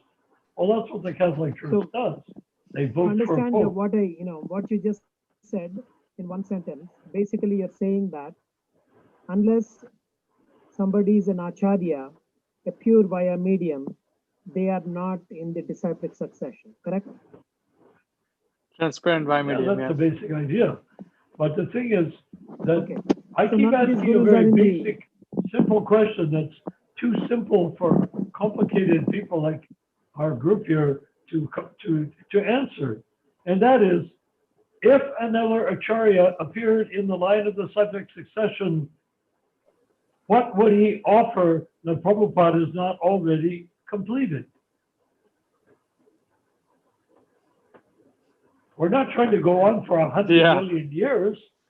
We're going on for 10,000 years. Mhm. Big deal. How So- many acharyas do you need Yeah. in 10,000 years? Yeah, if Prabhupada has given us everything, the whole thing, the whole science, why do we need another bogus person to come? Well, no, he's not And bogus. teach us Prabhupada's that. not bogus. No, I'm saying the next guy who's claiming to be the Acharya is Okay, bogus. what about a real acharya? What about a real pure devotee? Another person What would like he do? Prabhupada. What would we use? What would he be there for? What would he do that Prabhupada Unless hasn't already done? unless another acharya comes, So when we the don't know Acharya is there, what he would do. automatically he'll keep control of the negativity. He'll keep control of all the darkness out. Sorry, dude. He'll give You have to the light. you have to take control of your own negativity. Right. Control your own negativity. Because some of these Indeed, demons he Acharya- was able to make them. Prabhupada didn't take care of people's negativity. If he did, they couldn't have poisoned No, he him to didn't. death. They poisoned Prabhupada with Right. arsenic and and cadmium. How Cadmium. how what's it, cadmium? Well, whatever they poisoned with, they poisoned him. If he was capable of dispelling negativity, how could they poison him? Right. Yeah. They didn't get the Apparently, spell of Bhakti Charu was negativity. the one who gave They it. took their negativity and then Anyway. claimed through their negativity, with their negativity, that they were the successor gurus to him. The murderer Yeah. becomes the successor. Right. Right. Great. I mean, does that sound like even Christianity is not, even the Catholic Church is Tamal not that Krishna. stupid. Only Krishna consciousness is stupid enough to the ISKCON is stupid enough to accept an idea like that, but even the Catholics would never accept an idea like that. Actually, I noticed that there are a lot of parallels between the Islamic society and the ISKCON society. A lot of parallels. That means the future You know, Well, hypothetically, just for imagination, do just I like get your point that the Islam, because it has so many groups in it, and they're all disagreeing with each other, and that ISKCON has so many groups in no, it, and no, they're no. all disagreeing with I'll each tell you other. how Islam is formed. Islam Okay, go was ahead. formed by people who were enemies of Muhammad. So same thing, we have enemies of What? Prabhupada who poisoned him, have created Islam ISKCON, came from Islam GBC. came from the Shias, are those who are politically descended from No, Shias came much later.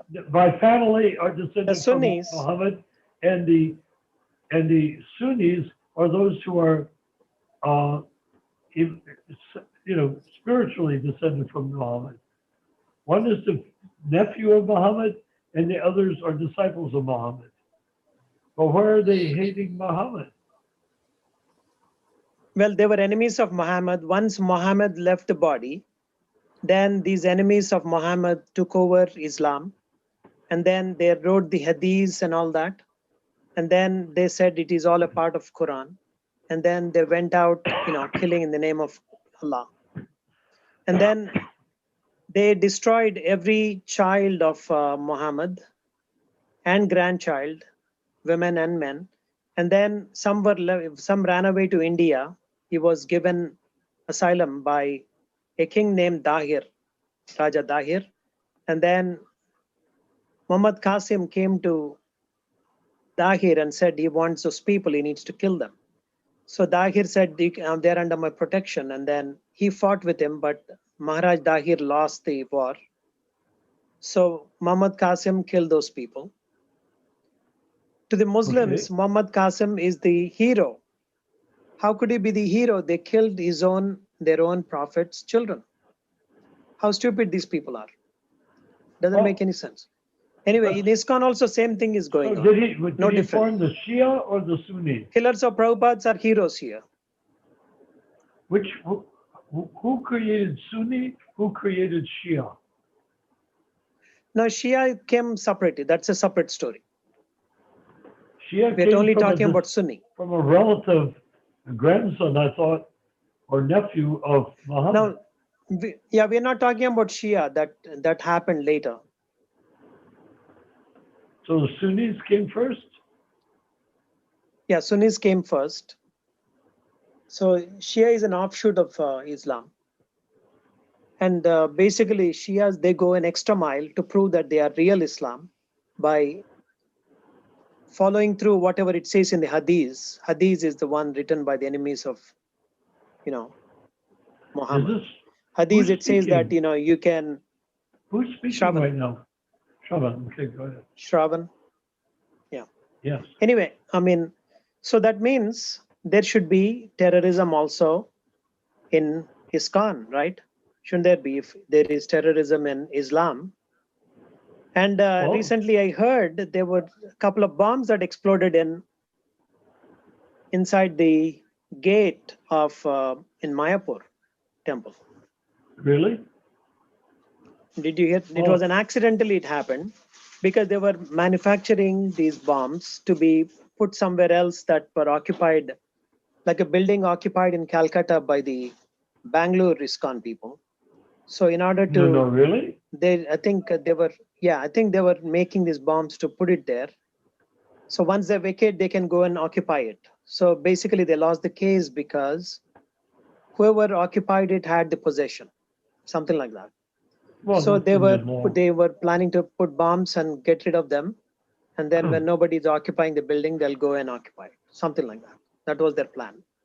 But then they ended up exploding in the temple. When did this happen? This was in the newspaper, not too long ago, like a year ago, maybe, not even that. Really? A year ago, probably, yeah. And it was you can look up identified on that Google. they were going to use the bombs in Calcutta, or that was speculation? I don't know if that's a speculation, but that's the conclusion I think police came with. Ah, I see. Interesting. But anyways, Yeah, I think police were involved. Mayapur killed so many people, haven't they? Yeah, Including so much parallel with Islam, and the future of GBC doesn't look very good. Well, to make a where it's heading. to make it more simple, don't you think that what we're doing in this Zoom call will solve the problem? Definitely. If these people I wake don't know up, if we can do anything to them, no, but what we we don't can want to do anything do to our them. own What thing, what? We don't Yeah. need to do anything to I mean, anybody. Right, that's it. All we no, what need I'm to do saying is is we cannot all influence we them. need to do is speak the They're truth, already, it's like and they're dead. Shravan, all we need to do is speak the truth, and the people who want the truth will listen to us Yes. Okay, listening to Prabhupada. okay, That's all we have to do. all right. Yes. It's making Yes. a big, That's right. complicated political situation, whereas this reality is simple. We have to Speak the listen truth. to Prabhupada, and we want people who want to listen to Prabhupada to join with us, and we want them to understand that they can become Kanista, Madhyam, and Uttamadhikari, and when they do that, the people that are doing evil will all go off and do evil somewhere else. But ultimately, we will end up owning everything, including Mayapur. Jai. Owning means that it will be Krishna's once again, instead of Yes. a nest of demons. Prabhupada wanted me to build the Yep. Mayapur temple, but Bhavananda cheated me out of it. So, I mean, what can be done? So now it's gone Well, through you a can build stage another of temple. acute pollution. The most sacred place on earth has become the worst sins on earth on that place. Mm-hmm. Yeah, ISKCON is So pretty what much can be mostly done? You all the cannot contaminate LBGTQ a and you plus. can't- What? So they ISKCON is went to full the of holy Dham. LBGTQ and plus. Well, so what? So they So it's can do what nothing they wrong like, with it, you know. but in the end, Yeah, they but can they go. can be acting on it. It's against the Vaishnava etiquette to do practice all those things. You mean homosexuality? Yeah. Obviously, sex is off the limits. Yeah, whether that or even hetero is, right? Yeah, we're not supposed Neither. to have a lot of The sex. consciousness itself. Yeah, I mean, we're not babies. We know the philosophy. We know the history of ISKCON. We know what the problem is. We're at this meeting here on Zoom to solve the problem, not to lament over the problem. Mm-hmm. If we are lamenting on the problem, then it means we haven't really understood that we can do anything about it. But we can. Right. Right. We are. Yes. This is what we're doing. We're solving the problem. Sat is triumphing over Asat. No matter what Mayapur people want to murder, no matter what they want to do, sinful, homosexual, whatever they want to do, it is Yeah, Indra not. Prabhu. It is not Sat. It is Asat. Yeah, they're getting Right? away with all these murders. They're still So getting what? away with murders. So is that Sat or Asat? Asat. Well, then why there's no need to be surprised. People that are Asat do murders and stuff like that. But that holy Dham is not meant to be in the hands of Asat. That's the holy land of Mayapur, and I was there before pretty much anyone was, in terms of the group of ISKCON devotees. I was there before the first Mayapur festival, in other words. I actually built the first Mayapur festival. Chudananda and I put up the tents, and not physically, but we hired everything done to make it gorgeous, and it was gorgeous in 1972. So when I was there, it was empty land, and I could tell there was not anything Asat there. There was nothing in Mayapur that was Asat. That was imported by Bhavananda and Ambarish and all of those people. Kamal. They polluted, but they have not polluted it. You can't pollute the holy Dham. All you can do is pollute yourself in the holy Dham. And that is a Now, very what is bad the effect pollution. of, Huh? what is going to be the result of pumping in millions of Bhagavad Gitas that have been edited. Well, something is better than nothing. Blind uncle is better than no uncle. Okay. Our job is to print the books. Okay. If we join together for the next 10,000 years, we will have nothing but original books in English. That'll be it. Original books in English was what we will do over the next 10,000 years. Are you on the board or you're not on board? You want to do it? You don't want to do it. You want to take that many 100 more births? Think about it. If you do, let's go. If you don't, change your mind and let's go. Let's do this. Let's deliver the fallen souls, for God's sake. I mean, why do we think that we're just beggars here begging for, I'm a beggar, I want to be put in a palace in Krishna Loka? No. Yep. That's not our job. That is a materialistic mentality, trying to project our materialism, our greed, our sinfulness, our asat nature onto Krishna Loka. Well, let's not do that. Let's bring Krishna Loka mood to us and we will become purified. Not that we want to go and do to Krishna Loka what Bhavananda and others did to Mayapur. Nan Prabhu, I want to... One more thing. Yeah. One last question I want to say. Yeah. Another thing in Islam is whoever kills most number of Muslims is their leader. For example, I've never heard any of this stuff. Why are we talking about Islam? I know, I've studied the Quran. I've read a lot about Islam. I've never heard any of this. So go ahead. No, if you look at the Adrogan, he killed 500,000 people. They're all Muslims. And then in Yemen, the Saudi Arabians killed about 150,000 Muslims. Now, basically, Adrogan has taken over the leadership of Islamic world now because he killed more Muslims. For some reason, these Muslims, they think whoever killed the most Muslims is their leader. Well, look at it this way. Catholics killed a lot of Protestants. Now, Protestants killed a lot of Catholics. No, the reason I'm mentioning this, like Ranal Prabhu is asking, the reason I'm mentioning is that going to be the same thing in our society? Is it going to be whoever kills the most number of ISKCON devotees is going to be the greatest guru? Well, that's not my idea. Is it yours? Who is he now? How many job people? is to Prabhupada used the word rectify. Rectify means correct the inherent mistake that's being made. Yes. Yeah. They have been cheating for giving improper. Yeah. We want to give them the right information. And let's worry about our own cheating, not about their cheating. Right. Right. Own cheating. Exactly.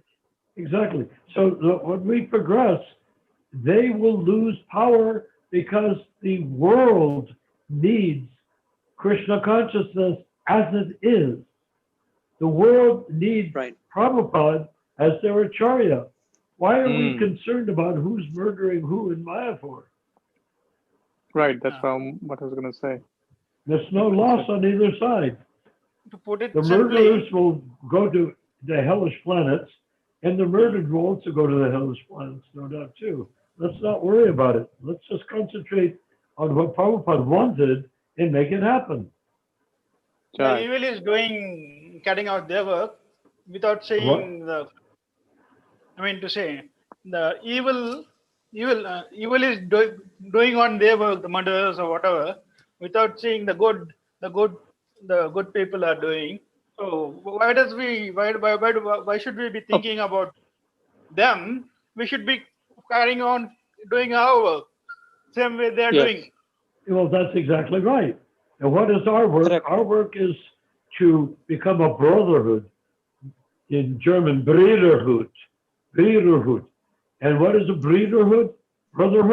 It is we are committed to become like the Masons, to create a brotherhood to take birth and tell every single jiva in 10,000 years is delivered from planet Earth back to home, back to Godhead. And we can start out with a few people, a handful like ourselves. Let's expand it to 100. Let's expand it to 10,000. Let's expand it to 1,000,000. Let's expand it to 100 million. But in the core, if we keep on doing that, it'll be like churning the ocean of milk.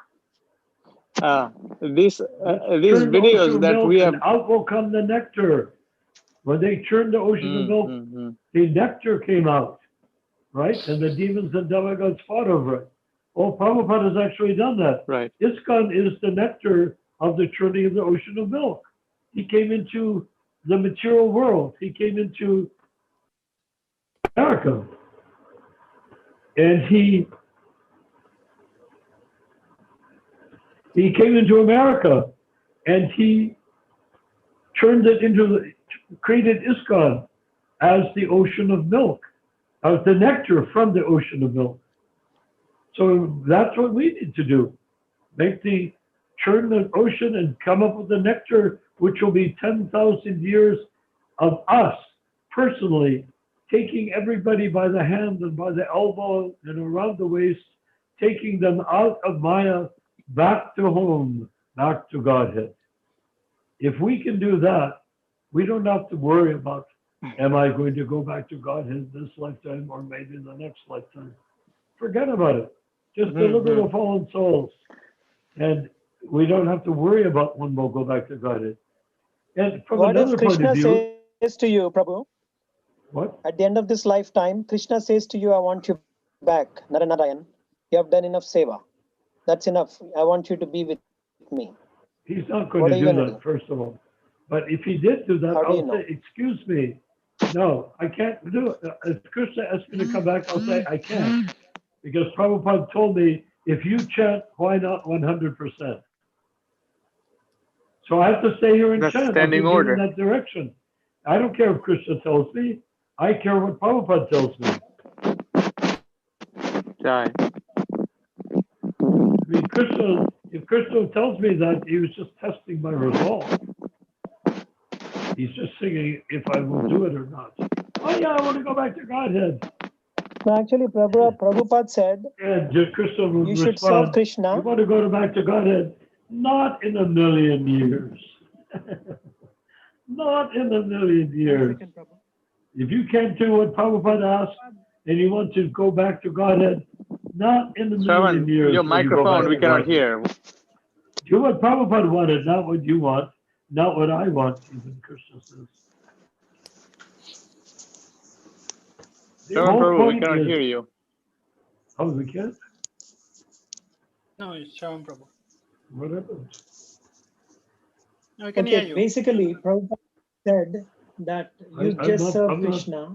I'm not muted, am I? When you serve enough Krishna, You're good. Come back. You're good. You have done enough. Okay, I'm okay. Can you hear?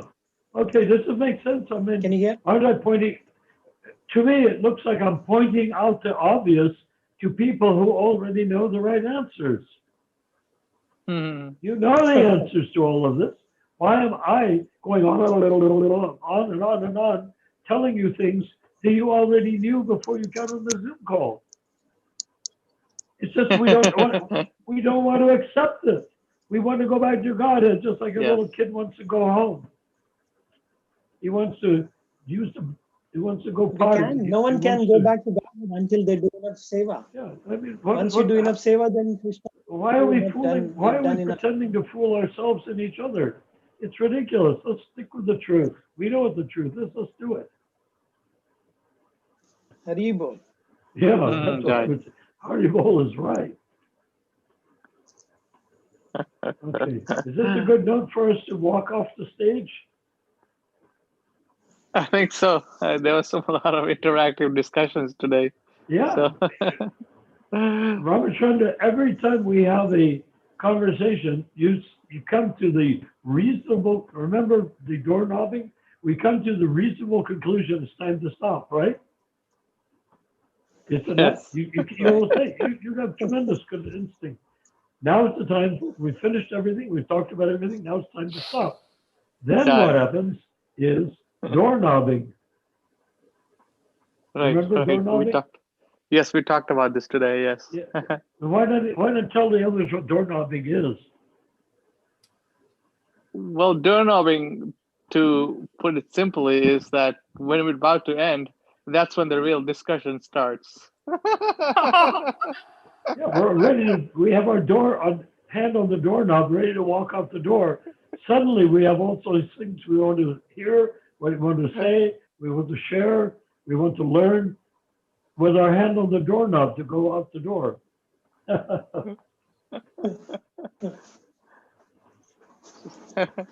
All right. That's a nice way of explaining it. Better than the way I explained it. That's a nice way to explain it.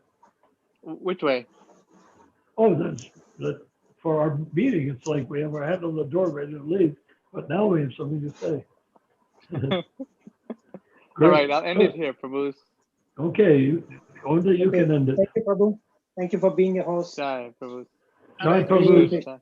please, I Thank you embrace for your the lotus feet. Narayan, Prabhu. Yes, I Thank you for worship your your lotus feet. Now, let's get the for all job the done, okay? all the Jai. time you're spending with us. Hare Krishna. Hare Krishna. Hare We Krishna. can have it to save us, as Narendra Singh. Hare Krishna.